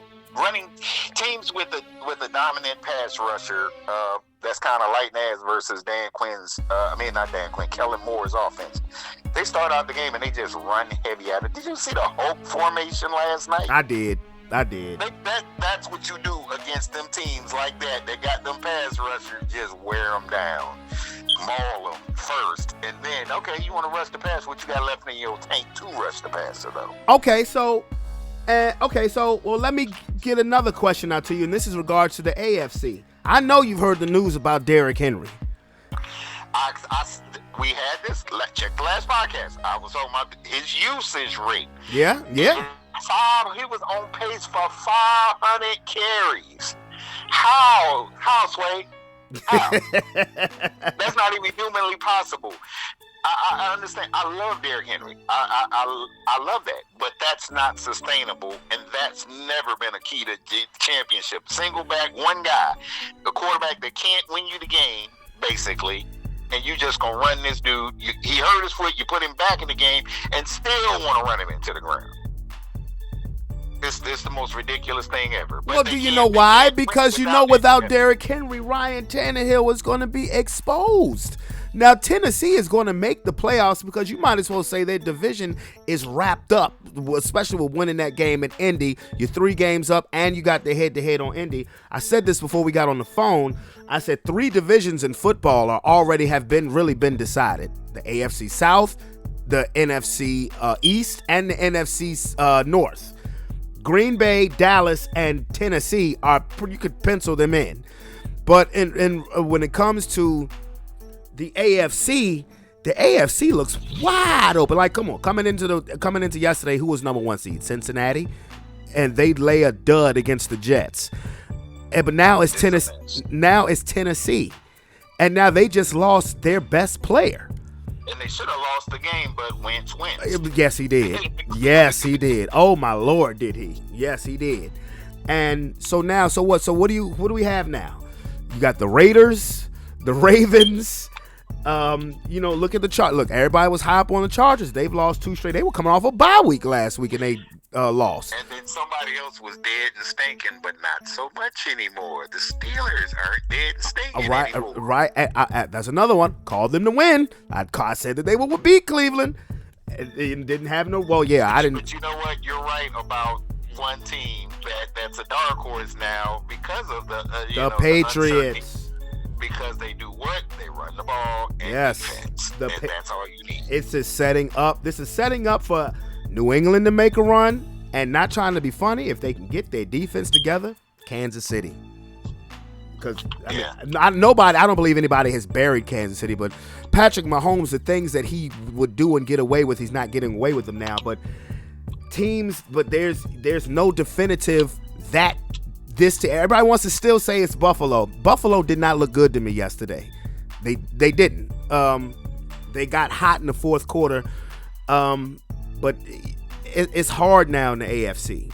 It's hard because Tennessee ain't gonna stay at number 1. Like I said, they're gonna win their division. But the Ravens, they're in line. The Raiders, but I don't trust them past Thanksgiving. Like I said, New England. Watch out for him. Pittsburgh. I can understand. If I was Mike Tomlin, I'd have been offended too about that USC shit. Right. Cause dude just wins. Dude wins. I don't know how. Cause to me, Pittsburgh is at least their offense is old and washed up. But I said there's 2 coaches in the NFL you just can't bet against. Belichick and Tomlin. It's only Ben that's old and washed up, though. Najee Harris is not old and washed up. Claypool is not old and washed up. Look. When your quarterback the quarterback is the most important position in the offense, and he looks old and washed. He can't be hero Ben. Like he needs to. He really. Ben can bus drive. Oh, he has to. Convince him to do. Just be a bus driver, and he can do that. And Pittsburgh is a playoff team if he does that. Because Cleveland's offense is broken. Cleveland is, to me, like they're honing in on the biggest disappointment of the season right now, because you're loaded. You're loaded. And they do not trust Baker Mayfield. And God bless Baker, because he tried so hard. Jarvis Landry cost in the game yesterday, period. But Jarvis, Odell, if I'm Odell Beckham, I'm going in there today and saying, trade me. We talked about this last Monday off wax. If I'm Odell Beckham, I'm saying, send me to Green Bay. Send me to Green Bay. Green Bay, that ain't gonna float with Aaron if you dropping balls there, Odell, because there was a big play to be had, and Odell right in his bread basket. Well, what have you said about motivation? That works with receivers too. Odell was targeted once yesterday. Once. Yeah. I mean, come on now. Like, this dude is, when he's on his A game, he's as good as it gets. They targeted him one time yesterday. Once. If I'm Odell, I'm saying, get me the hell out of here. Oh, honestly, I'm telling him, and if you're Green Bay, if you want Aaron Rodgers to stay, remember I told you this last week, if you want Aaron Rodgers to stay, you go ahead and get Odell. That's sending the message, hey, Aaron Rodgers, you sure you want to leave? Because I guarantee you, if he got to Green Bay, he would sign a contract extension. On the basis of if Aaron Rodgers was staying. But I think if this is Aaron Rodgers' last year in Green Bay, why not go for it? Go for it. Even if, this is Aaron's last year and OBJ is going to be a rental. Why the hell not? You have nothing to lose. You're actually now in the driver's seat in the NFC. So why not? If I was Green Bay, I would pull the trigger on it to say, you know what? Even if Aaron Rodgers leaves, if he leaves, if he has to drop the mic and wins the Super Bowl, it was worth it. Right. Yeah. And Odell. So is it OBJ or Deshaun Jackson? Which one you going for? Well, see, you made a good point as far as the Rams not sending him to a team in the NFC that could come back to bite him in the ass. So that makes sense. If you're Cleveland, you're sending him out of conference. You're not sending him to nobody that can bite you in the ass either. You're not going to send Odell to Kansas City. You know what I'm saying? That's for damn sure. So why not send him to Green Bay? It makes sense. It makes perfect sense. And if you're Deshaun Jackson, maybe you ask to go to Buffalo. I mean, for real. Why not? Right. Why not? I mean, Allen has a strong. Either that or see if you could reunite over there with Andy Reid.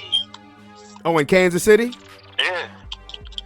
Lord, don't they have enough speed? Jesus Christ. They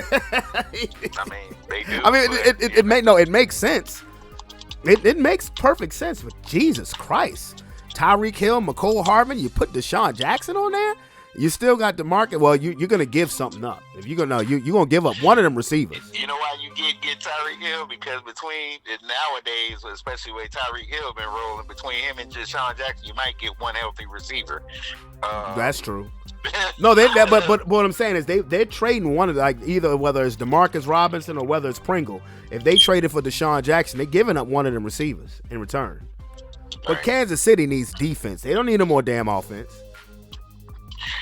Name, I'm actually looking for the trading block, and I just feel like they should do the right thing and trade this dude. I don't know what the rest of his career will be like, but if you're not going to play the dude, he got some talent, why not get rid of Miles Sanders? I was just thinking that. Ooh, you read my mind. I was just thinking that. Yes, absolutely. Miles Sanders is a damn good running back, and the Eagles don't use him. It's ridiculous. Yeah. Really.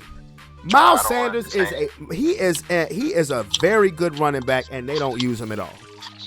They don't.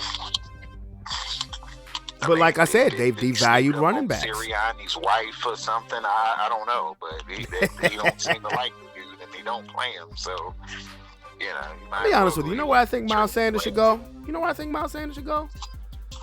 Even just for the rest of the season as a rental, I think he should go to Carolina. Because he can do everything that Christian McCaffrey does.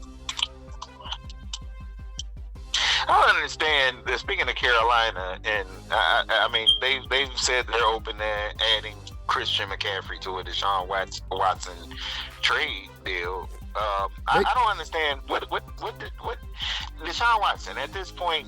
What are you doing? They dropped out. I Carolina don't dropped out of understand. that. Like I really don't understand what's the long-term plan here, Deshaun, because inevitably you're not going to avoid potential suspension. So if that's why no one's making a move, why there's no moves being made, I mean I don't understand. Houston at this point, they're so terrible. I mean, I understand they tanking for draft picks probably, right? And that, to me, that has to be the only reason why Tyrod Taylor hasn't been back in the lineup. Because the beginning of the season, when Tyrod was playing, they were playing good, actually. They were actually playing really well before Tyrod Taylor got hurt. And, they said, Carolina said that they dropped out of the Deshaun sweepstakes. And now it was reported yesterday that they're not going to trade Deshaun Watson. They're just going to see what happens in the offseason. Because remember, it looked like it was all go to Miami. Looked like he was going to get traded to Miami. Now it looks like that's not going to happen, but I don't know. Well, yeah, he said he don't want to go to Miami, but the big question with Houston is, okay, well, if they reinstate him and attempt to play him, which they probably, I think they should, to see what the league is actually going to do, then you have a better, feel, as far as tradability. If they're going to suspend them for a year or 6 months or whatever, I think that's what's holding up some things with some potential teams too. They don't know what the league going to do. Right, and yeah, they don't. You gotta put them on an active roster to find out. They don't know if, let's say he sits out this whole season, if he doesn't play this whole season, rather, and then there's a trade. You don't know if the NFL is going to say, all right, time already served. He didn't play any last season, but this is more of the Houston Texans' choice not to play him because they don't want the bad pub. But yeah, I think you're right, is that that's going to affect what other teams decide to do because they don't know what the league doesn't know what they're going to do yet. They they don't know because they haven't gotten enough legal information, from the DA in Houston. So that's crazy. Now, I do want to have a serious discussion with you, but before we do that, let's go ahead and pick these games for next week. Let's see. I'm trying to pull up the schedule now. Okay, here we go. The first Thursday night game is the Jets at the Colts.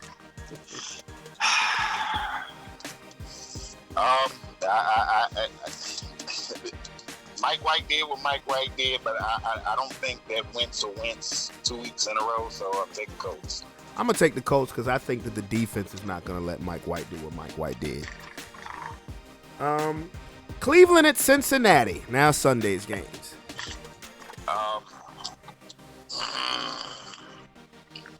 I have more confidence that the Bengals will recover than the Browns. So at this point, because Browns look a mess. Yeah. Cleveland just looked a mess. Yes. Yeah. Cincinnati just looked a mess yesterday. So I'll take the Bengals. I agree. I think, if anything, Cincinnati should be embarrassed. I think Cincinnati, they fell into the trap game, and they may have been paying attention to their own press clippings. But, this is a rivalry game. I trust Cincinnati. We're a 1 o'clock game. Denver at Dallas. Oh, you already know. Yeah. Without Von Miller, definitely. Yeah. I would expect it. And if Dak looks like he's probably going to play, so yeah, I would expect us to have a big day there. Oh, one more thing before we continue with the picks. Mm-hmm. At one point in time, there was discussion, and I'm trying. Maybe you got some insight on that what happened with him, but there was discussion that we were interested in Kyle Fuller as well. What's going on with Kyle Fuller? I don't know. I was excited that he, when we signed him, even though it was just to a 1-year deal, but I was excited because the strong part of our defense was supposed to be our secondary. Kyle Fuller next to Patrick Surtain, Darby, Kareem Jackson, and Justin Simmons, who had a big game yesterday. I don't know. I honestly don't know. Because, Kyle Fuller played under Fangio in Chicago. That's one of the things that I was excited about, so I hopefully will keep him. I mean, with the AFC being the way it is, we're still firmly in the hunt for the playoff position. So I don't want to see Denver gut the team when we still have a chance to make noise. You know, there's still a chance that we could make the playoffs. We're 4-4. What, the 7th seed is the Chargers right now at 4-3. So I don't want to see us gut. If we were like 1-7, whatever. If we were 1-7, I'd be hoping that Fangio would be fired by now. But I don't know. I hope they leave Kyle Fuller alone. I like the fact that we added that linebacker from the Rams, Kenny Young. I didn't know it was going to be at the cost of Von fucking Miller. But either way, I don't know. I hope Melvin Gordon felt the same way in terms of that, you know. Man, he tried to give the game. I mean, he had a great game yesterday, but then tried to give it back at the end. I mean, look, my pride is not going to, oh God. Because I have no confidence that we will beat y'all. None. Not like I had about 6 weeks ago. But I'm going to say that history is going to be on my side. Because the Dallas Cowboys haven't beaten the Denver Broncos since 1995. And I understand that we don't play y'all every year or every other year. But we've played 7 times since 1995. And we've won them all. Won them all. You don't believe me? Look it up. Okay? The last time the Dallas Cowboys beat my Denver Broncos, I was 12 years old. I was in the 7th grade. And damn it, Teddy Bridgewater, and that's what you baking it on. Damn it, Teddy Bridgewater, you.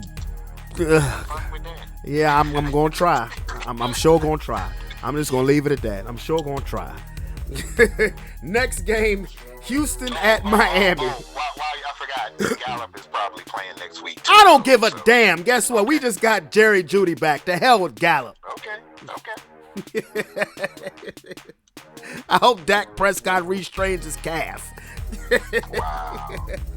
Hey, we lost to Case Keenum. Who says we won't lose to Cooper Rush? This is true. Right, exactly. Next game, Houston at Miami. Yeah. All right. Yeah, Tua will get a win there. I don't know. I'm damn near ready to say Houston. Tua will get a win. At some point, his bad luck got in because that's all it's been. It's not been out talented or necessarily even outplayed. Their losses have been out of his control because he's done, his job for the most part the last couple outings. So yeah, I'm gonna say Miami. Well, being the fact that Houston is literally trying to get rid of everybody, I'm gonna say Miami too. Next game, Atlanta at New Orleans. This is a big game for the Saints. They can take first place if they win. Right, you got to think about it now. New Orleans, especially since Calvin really is laying on somebody's couch talking about it right now. Like, I don't even know what that's about, but he's doing it. So I'm gonna say, I'm gonna go ahead and take the Saints here. Defense. Hey, Atlanta, how's that Julio Jones trade looking for you now? Yeah. Seemed like a good idea at the time, right? Right, exactly. But, this would be the most Falcons thing to do to me, for me to pick the Saints and then the Falcons win. But I'm going to trust Sean Payton's coaching and that defense. I'm going with New Orleans. Next game, Raiders at the Giants. Raiders. Yeah, Raiders. Even though, I'm going to say this, trap game, but I'm going to say Raiders. New England at Carolina. Patriots. I said Patriots going on a run, man. Patriots going to go on a run. I'm picking the Patriots too. Buffalo at Jacksonville. Wow. Yeah, okay. Yeah, the Bill, I don't expect Lawrence to, do much. Look, we can't continuously say why are they playing the games, because look at the Jets and the Bengals. Right. Yep. But yes, I'm going with Buffalo anyway.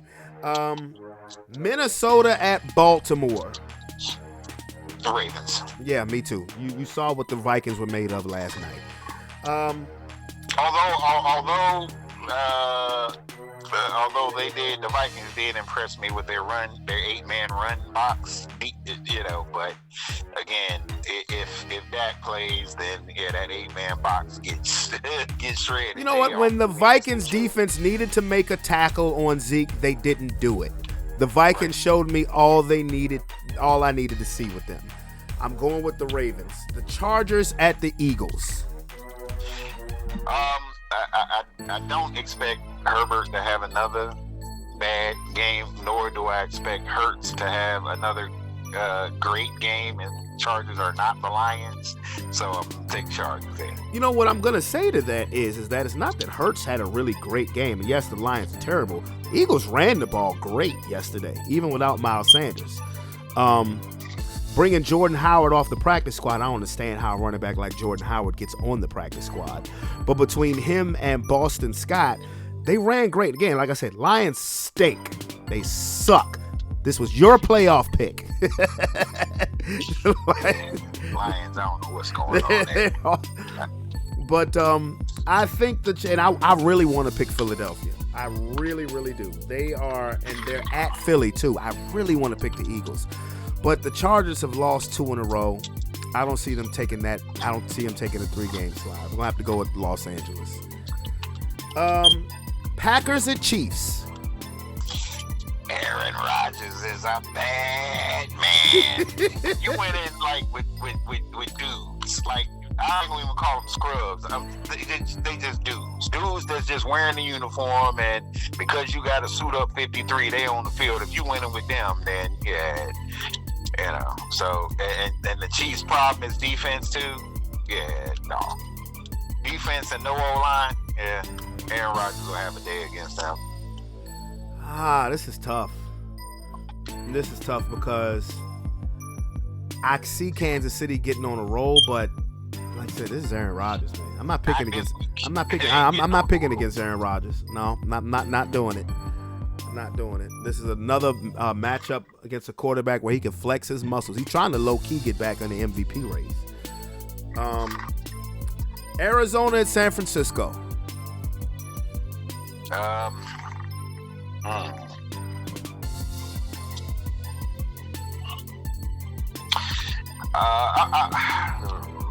want to take Kyler Murray but San Fran, if they can run the ball, they can. I'll take. Give me Cardinals. I'll go with the Cardinals. My problem with San Francisco is they don't have enough skill position players. Like, George Kittle, when he's healthy, he could be the best tight end in football, but he stays hurt too much. And Brandon Ayuk has given you nothing. So when it comes to your passing game, you're Deebo Samuel dependent.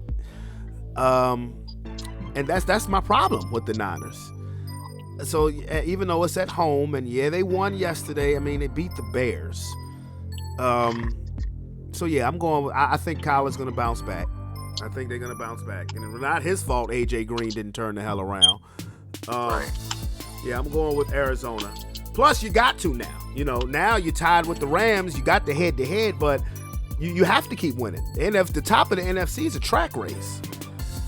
And I thought about that too after that play, and I'm like, AJ Green, I'm like, dude, you've been a number one the majority your whole of your career. Time. When have you ever been a decoy that you don't have to turn around and look for the ball? Right. You've been a number one your entire career. Maybe with the exception of last year in Cincinnati. And it won't because you won't list it as a number one, as Burrow wouldn't throw you the ball. So yeah. I didn't understand that one bit. But Sunday night game, Tennessee at the Rams. Boy, is this game taking a turn. Yeah. Right? You already know. I would have picked the Rams irregardless, I think. But definitely, yeah, Rams. Yep, same here with the Rams. So, okay. And the teams with the bye weeks are the Bears. Oh, no, I'm sorry. Monday Night Football. Bears at the Steelers. I think the Steelers do just enough. They stay on a roll. They do just enough. They feeling themselves now. They feel like maybe we can be part of this thing. And like I said, if Ben plays bus driver, the Steelers can play with a lot of them teams. So, yeah, I'll take the Steelers. Yeah, I'm going with the Steelers, too. I think the only game that we disagreed on was Denver and Dallas. That's Yeah, it's a cupcake week for pigs. yeah, that's the way it should be. So another thing I want to bring up is the Washington football team and the fact that the NFL is not going to release any of this information. Now, I said this a couple weeks ago when you weren't. This was the one show in the last 2 months that you weren't on. But I was talking about John Gruden and how me and you pretty much agreed that he was really the fall guy. And the fact that remains is that Roger Goodell really looks like a punk to me right now, because if you're trying to affect change and if you're trying to do the right thing and change the culture and rid the culture of these bad apples, what are you protecting? Why won't you make this information public? They shouldn't make it public. I'm one of them people that I believe that they shouldn't have to make it public. The NFL is a business.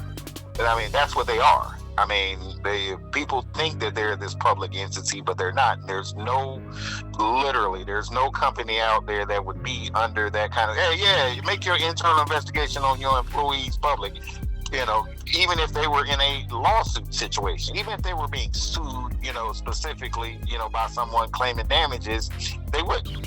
They wouldn't, and no judge would order them to, or they wouldn't. You know, so I don't feel like the NFL necessarily has to.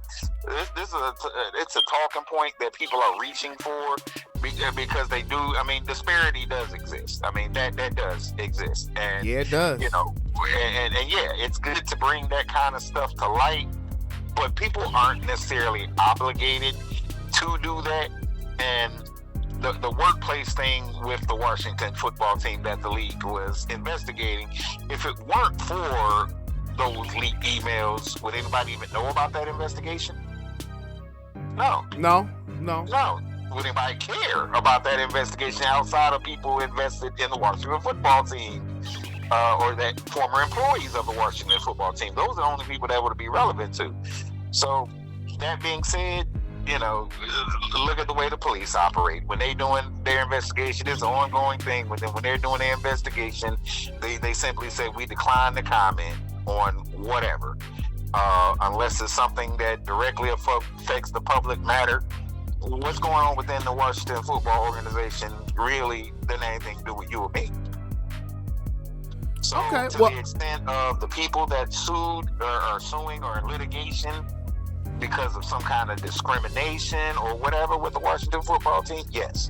Maybe they have a right to know once you find whatever it is you find, if it's pertinent to their case. But beyond that, the public doesn't really deserve to know that. I mean, if they do, they do. If they don't, I don't think anybody should, oh, they're hiding and this, that, and the other.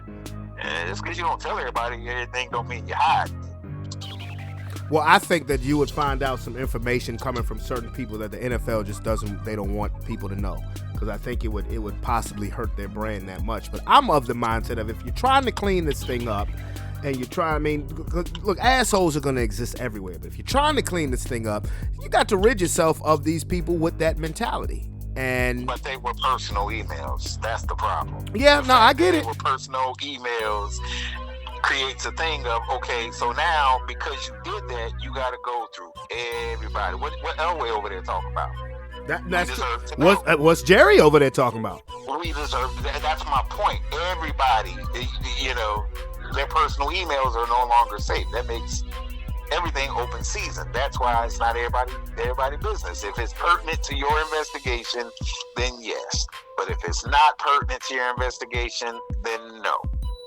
Like, no, because somebody got pictures of some naked cheerleaders in their email, or, yeah, right, you know, something else like that, or I just don't think it needs to be a public thing, just in general. Even if you found some language that was really controversial in these people emailed, racist language, I think you can handle that without making it a public forum, because then by making it public, you have that thing.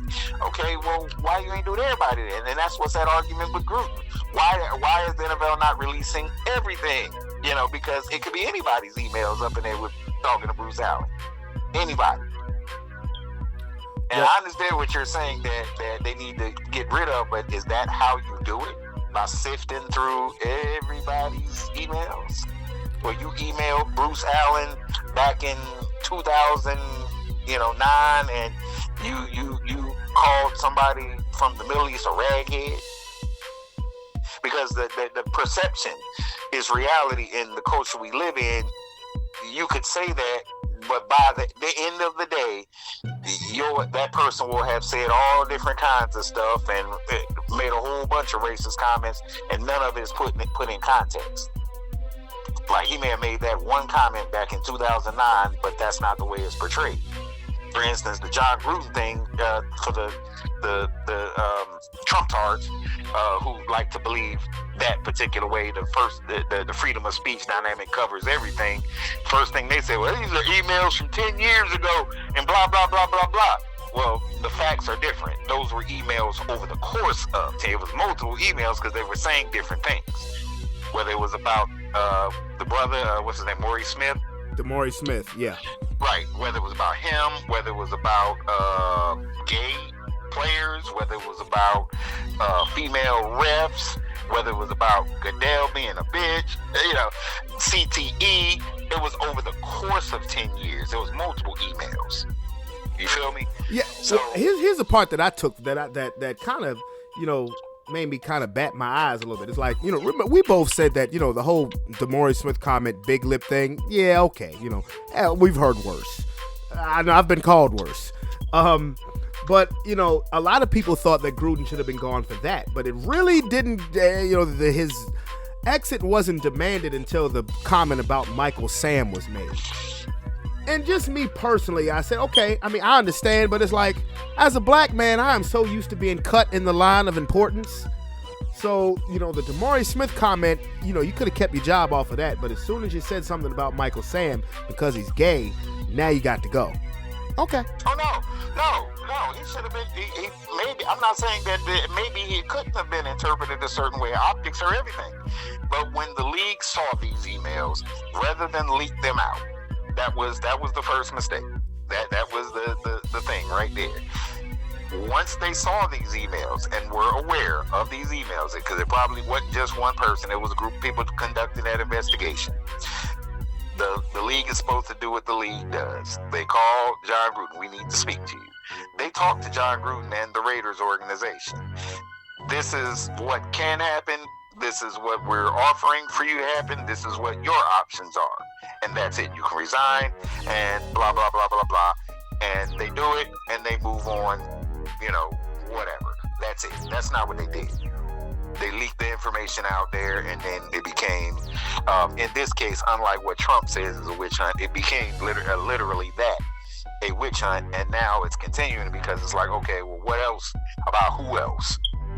And you're taking an investigation that's supposed to be an internal thing done by your organization, the NFL, and now it's a public thing. The public ain't got nothing to do with this investigation. Wouldn't even know about it if it wasn't leaked out that you were conducting this investigation. You were doing your job by doing that. I'm sure the league was aware of this investigation into the Washington football team, because why wouldn't they be? And that's all it really needs to be. After you can finish your conducting your investigation, if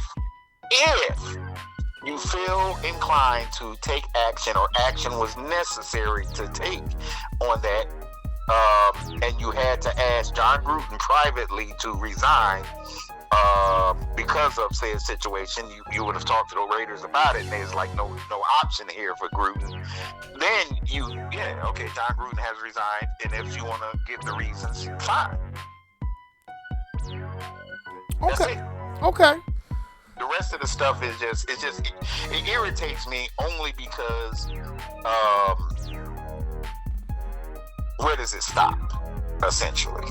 And I'm all for sort of transparency on a lot of things, but then again, these are private emails. So how do you go to the next organization and say, okay, your owner, your GM, your coaches, everybody got to turn over your private emails because my emails to my wife is in my emails.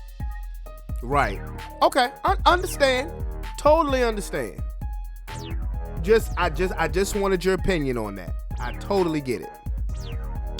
And that's it. And this is no way condoning John Gruden, and no way or whatever. He still should be in the position that he should be in. It just should have happened a different way.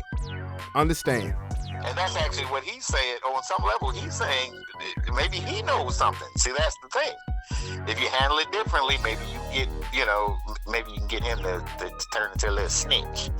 Right now, that's what he's saying. It's unfair that you just came after me for this when you could have did this with anybody. He definitely was a fall guy. Football team, had never been part of the Washington football team. My brother has. So, the funny that his brother hasn't really come up in any of this. Right. Because during the course of these emails that were sent, he was the coach at the time. So, that's the whole thing. Where does it does feel like Gruden, his argument is, he's not denying he did it, but his argument is that I feel targeted now.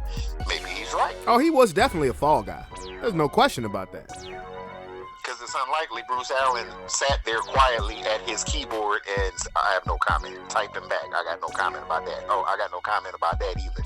Oh, I'm just not going to say that. He probably concurred, said some of his own stuff. Who knows? Who knows? The league knows. Yep. Should you know? Should I know? Should Stephen A. know? Should anybody else know? I don't know. What will we do with that information? Demand that Bruce Allen do what? I don't know. He's not even working with a team in the NFL now. That's my point. Do what? Now, if it's an owner, yeah, we can always pull a Sterling on him, but could you really do that in the NFL? The way the collective bargaining agreement is set up? That's true. That's true. So what do you do? If you see in Jerry Jones' email, he nigger this, nigger, what do you do? As a resolution. You can't make him sell that team. Yeah, it's definitely a dicey situation. I just wanted your opinion on it. I did. I just wanted to see where you stood with that situation. And I definitely understand. Now, before we get out of here, Canelo Alvarez versus Caleb Plant, who is on pay-per-view this weekend. Mr. Alvarez. Unification Super Middleweight Championship fight. Mr. Alvarez. I'm as confident in Mr. Alvarez as I am against Mr. Tyson against Mr. Paul. That fight's not gonna happen. It's gonna happen. It's gonna, because Logan Paul gonna keep running his mouth. He's like, I don't need no knockout clause against Mike Tyson either.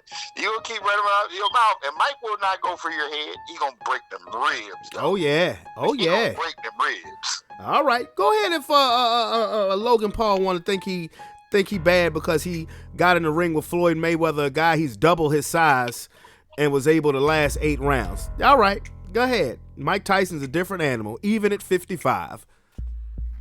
All right, right. But I haven't seen enough of Caleb Plant to think that he would really legitimately upset Canelo. I know he's undefeated. He's a good fighter. I actually think Canelo's a little bit overrated, but yeah, I have him. I'm not gonna order this. I'm not gonna do it. I'm not gonna do it. Because I want to see Terrence Crawford and Sean Porter at the end of the month, the week before Thanksgiving. But yeah, I just wanted to see what was up with just who you were calling for that fight. Yeah, I'm not boxing head like that, but I've seen enough of Canelo. You're right, he's not the best, but he's enough. And I think that undefeated streak comes to an end. Oh, for Caleb Plant? Yeah. Yeah, so do I. So, okay. Well, brother, it's about that time. But man, look, I'll probably end up getting at you again like I did last Monday, later on in the evening. So take your time, and we definitely we love the knowledge, and I'm not gonna poke my chest out and brag about my Broncos because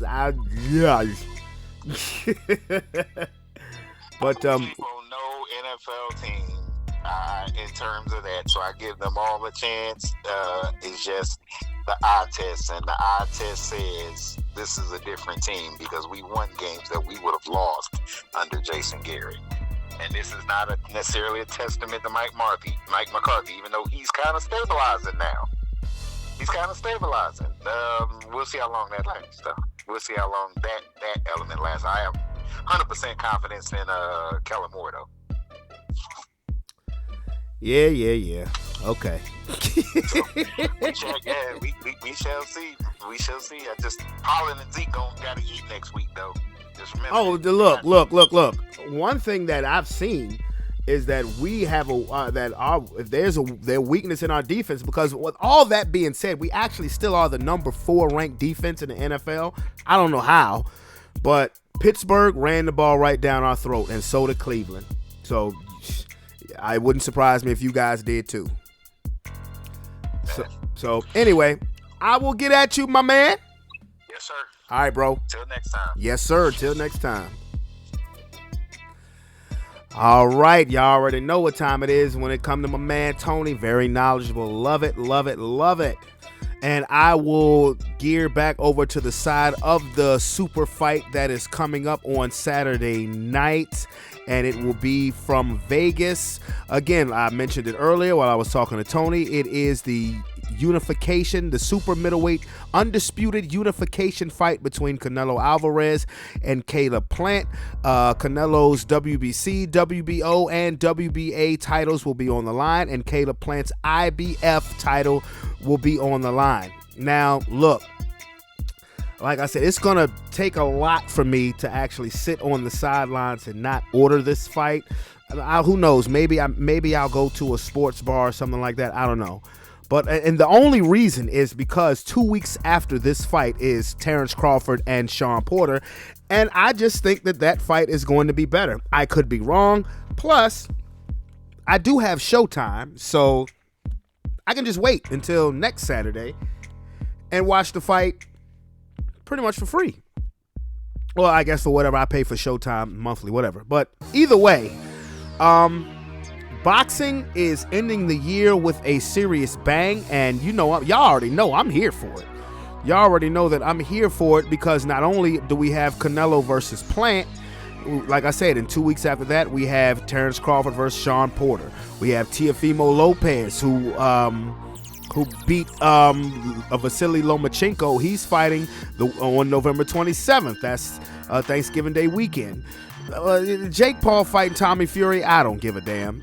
Personally, I don't care, because I'm not giving Jake Paul that much attention, because to me he's a clown show trying to portray as a boxer. But December 5th, another pay-per-view. I'm gonna tell you right now, I'm not ordering it because I don't like the opponent. Not Tank Davis. I have no problem with Gervonta Davis, but Rolando Romero. Sorry, that ain't enough for me to spend my damn money.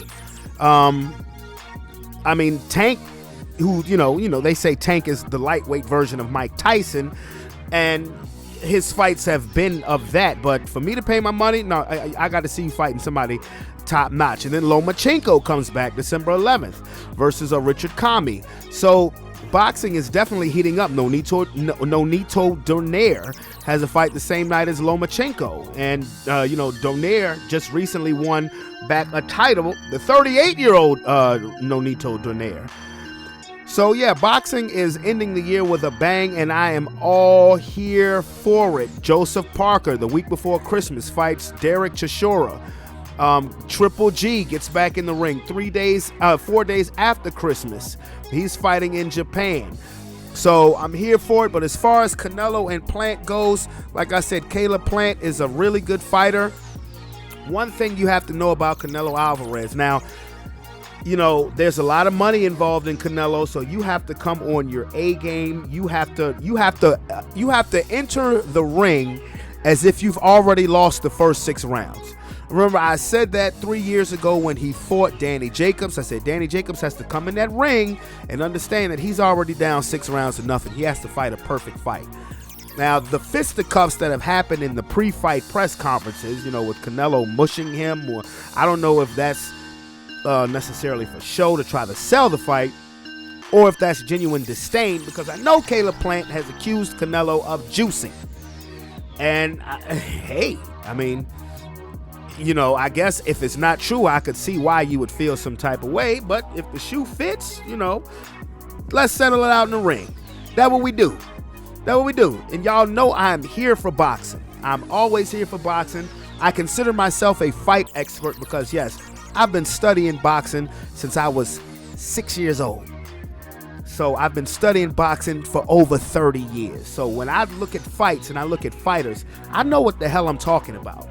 And I just have to give the slight edge to Canelo, not for namesake, because again, I think Canelo's overrated personally.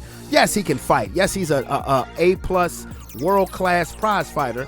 But I think if you put him in the ring against the right person, like I truly believe that one of the Charlo boys would beat him. I believe if Errol Spence came up to Canelo's weight, I believe Errol Spence would beat him. I do. I firmly believe that. I believe if Andre Ward came out of retirement, I believe that he would beat Canelo.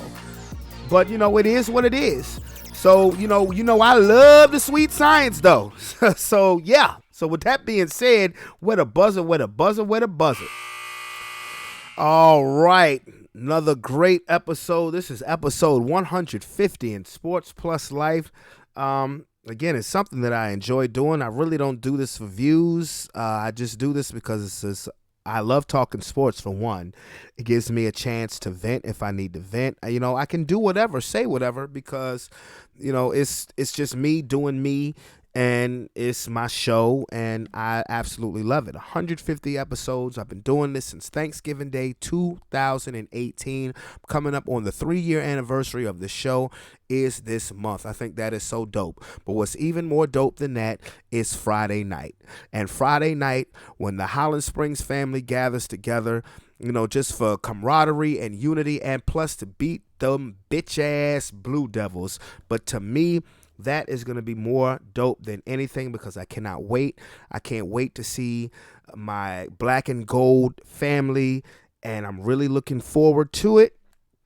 And yes, let's do this. Let's have a good time. Let's have a great time. Let's be safe. HS, stand up. HS, what it do? Black and gold. This is us. Yes, it's our time, and we're gonna have a great time. We're going to have a great time, and hopefully the weather will cooperate with us, okay? So, again, if you have not hit that subscription button, please do so and become part of the Sports Plus Life family.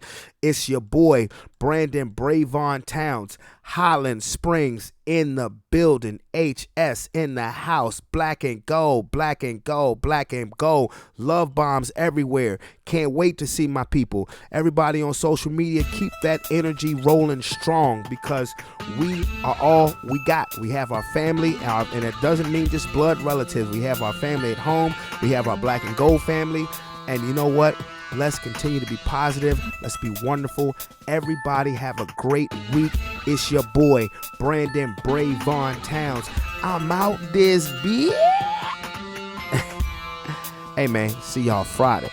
I love y'all.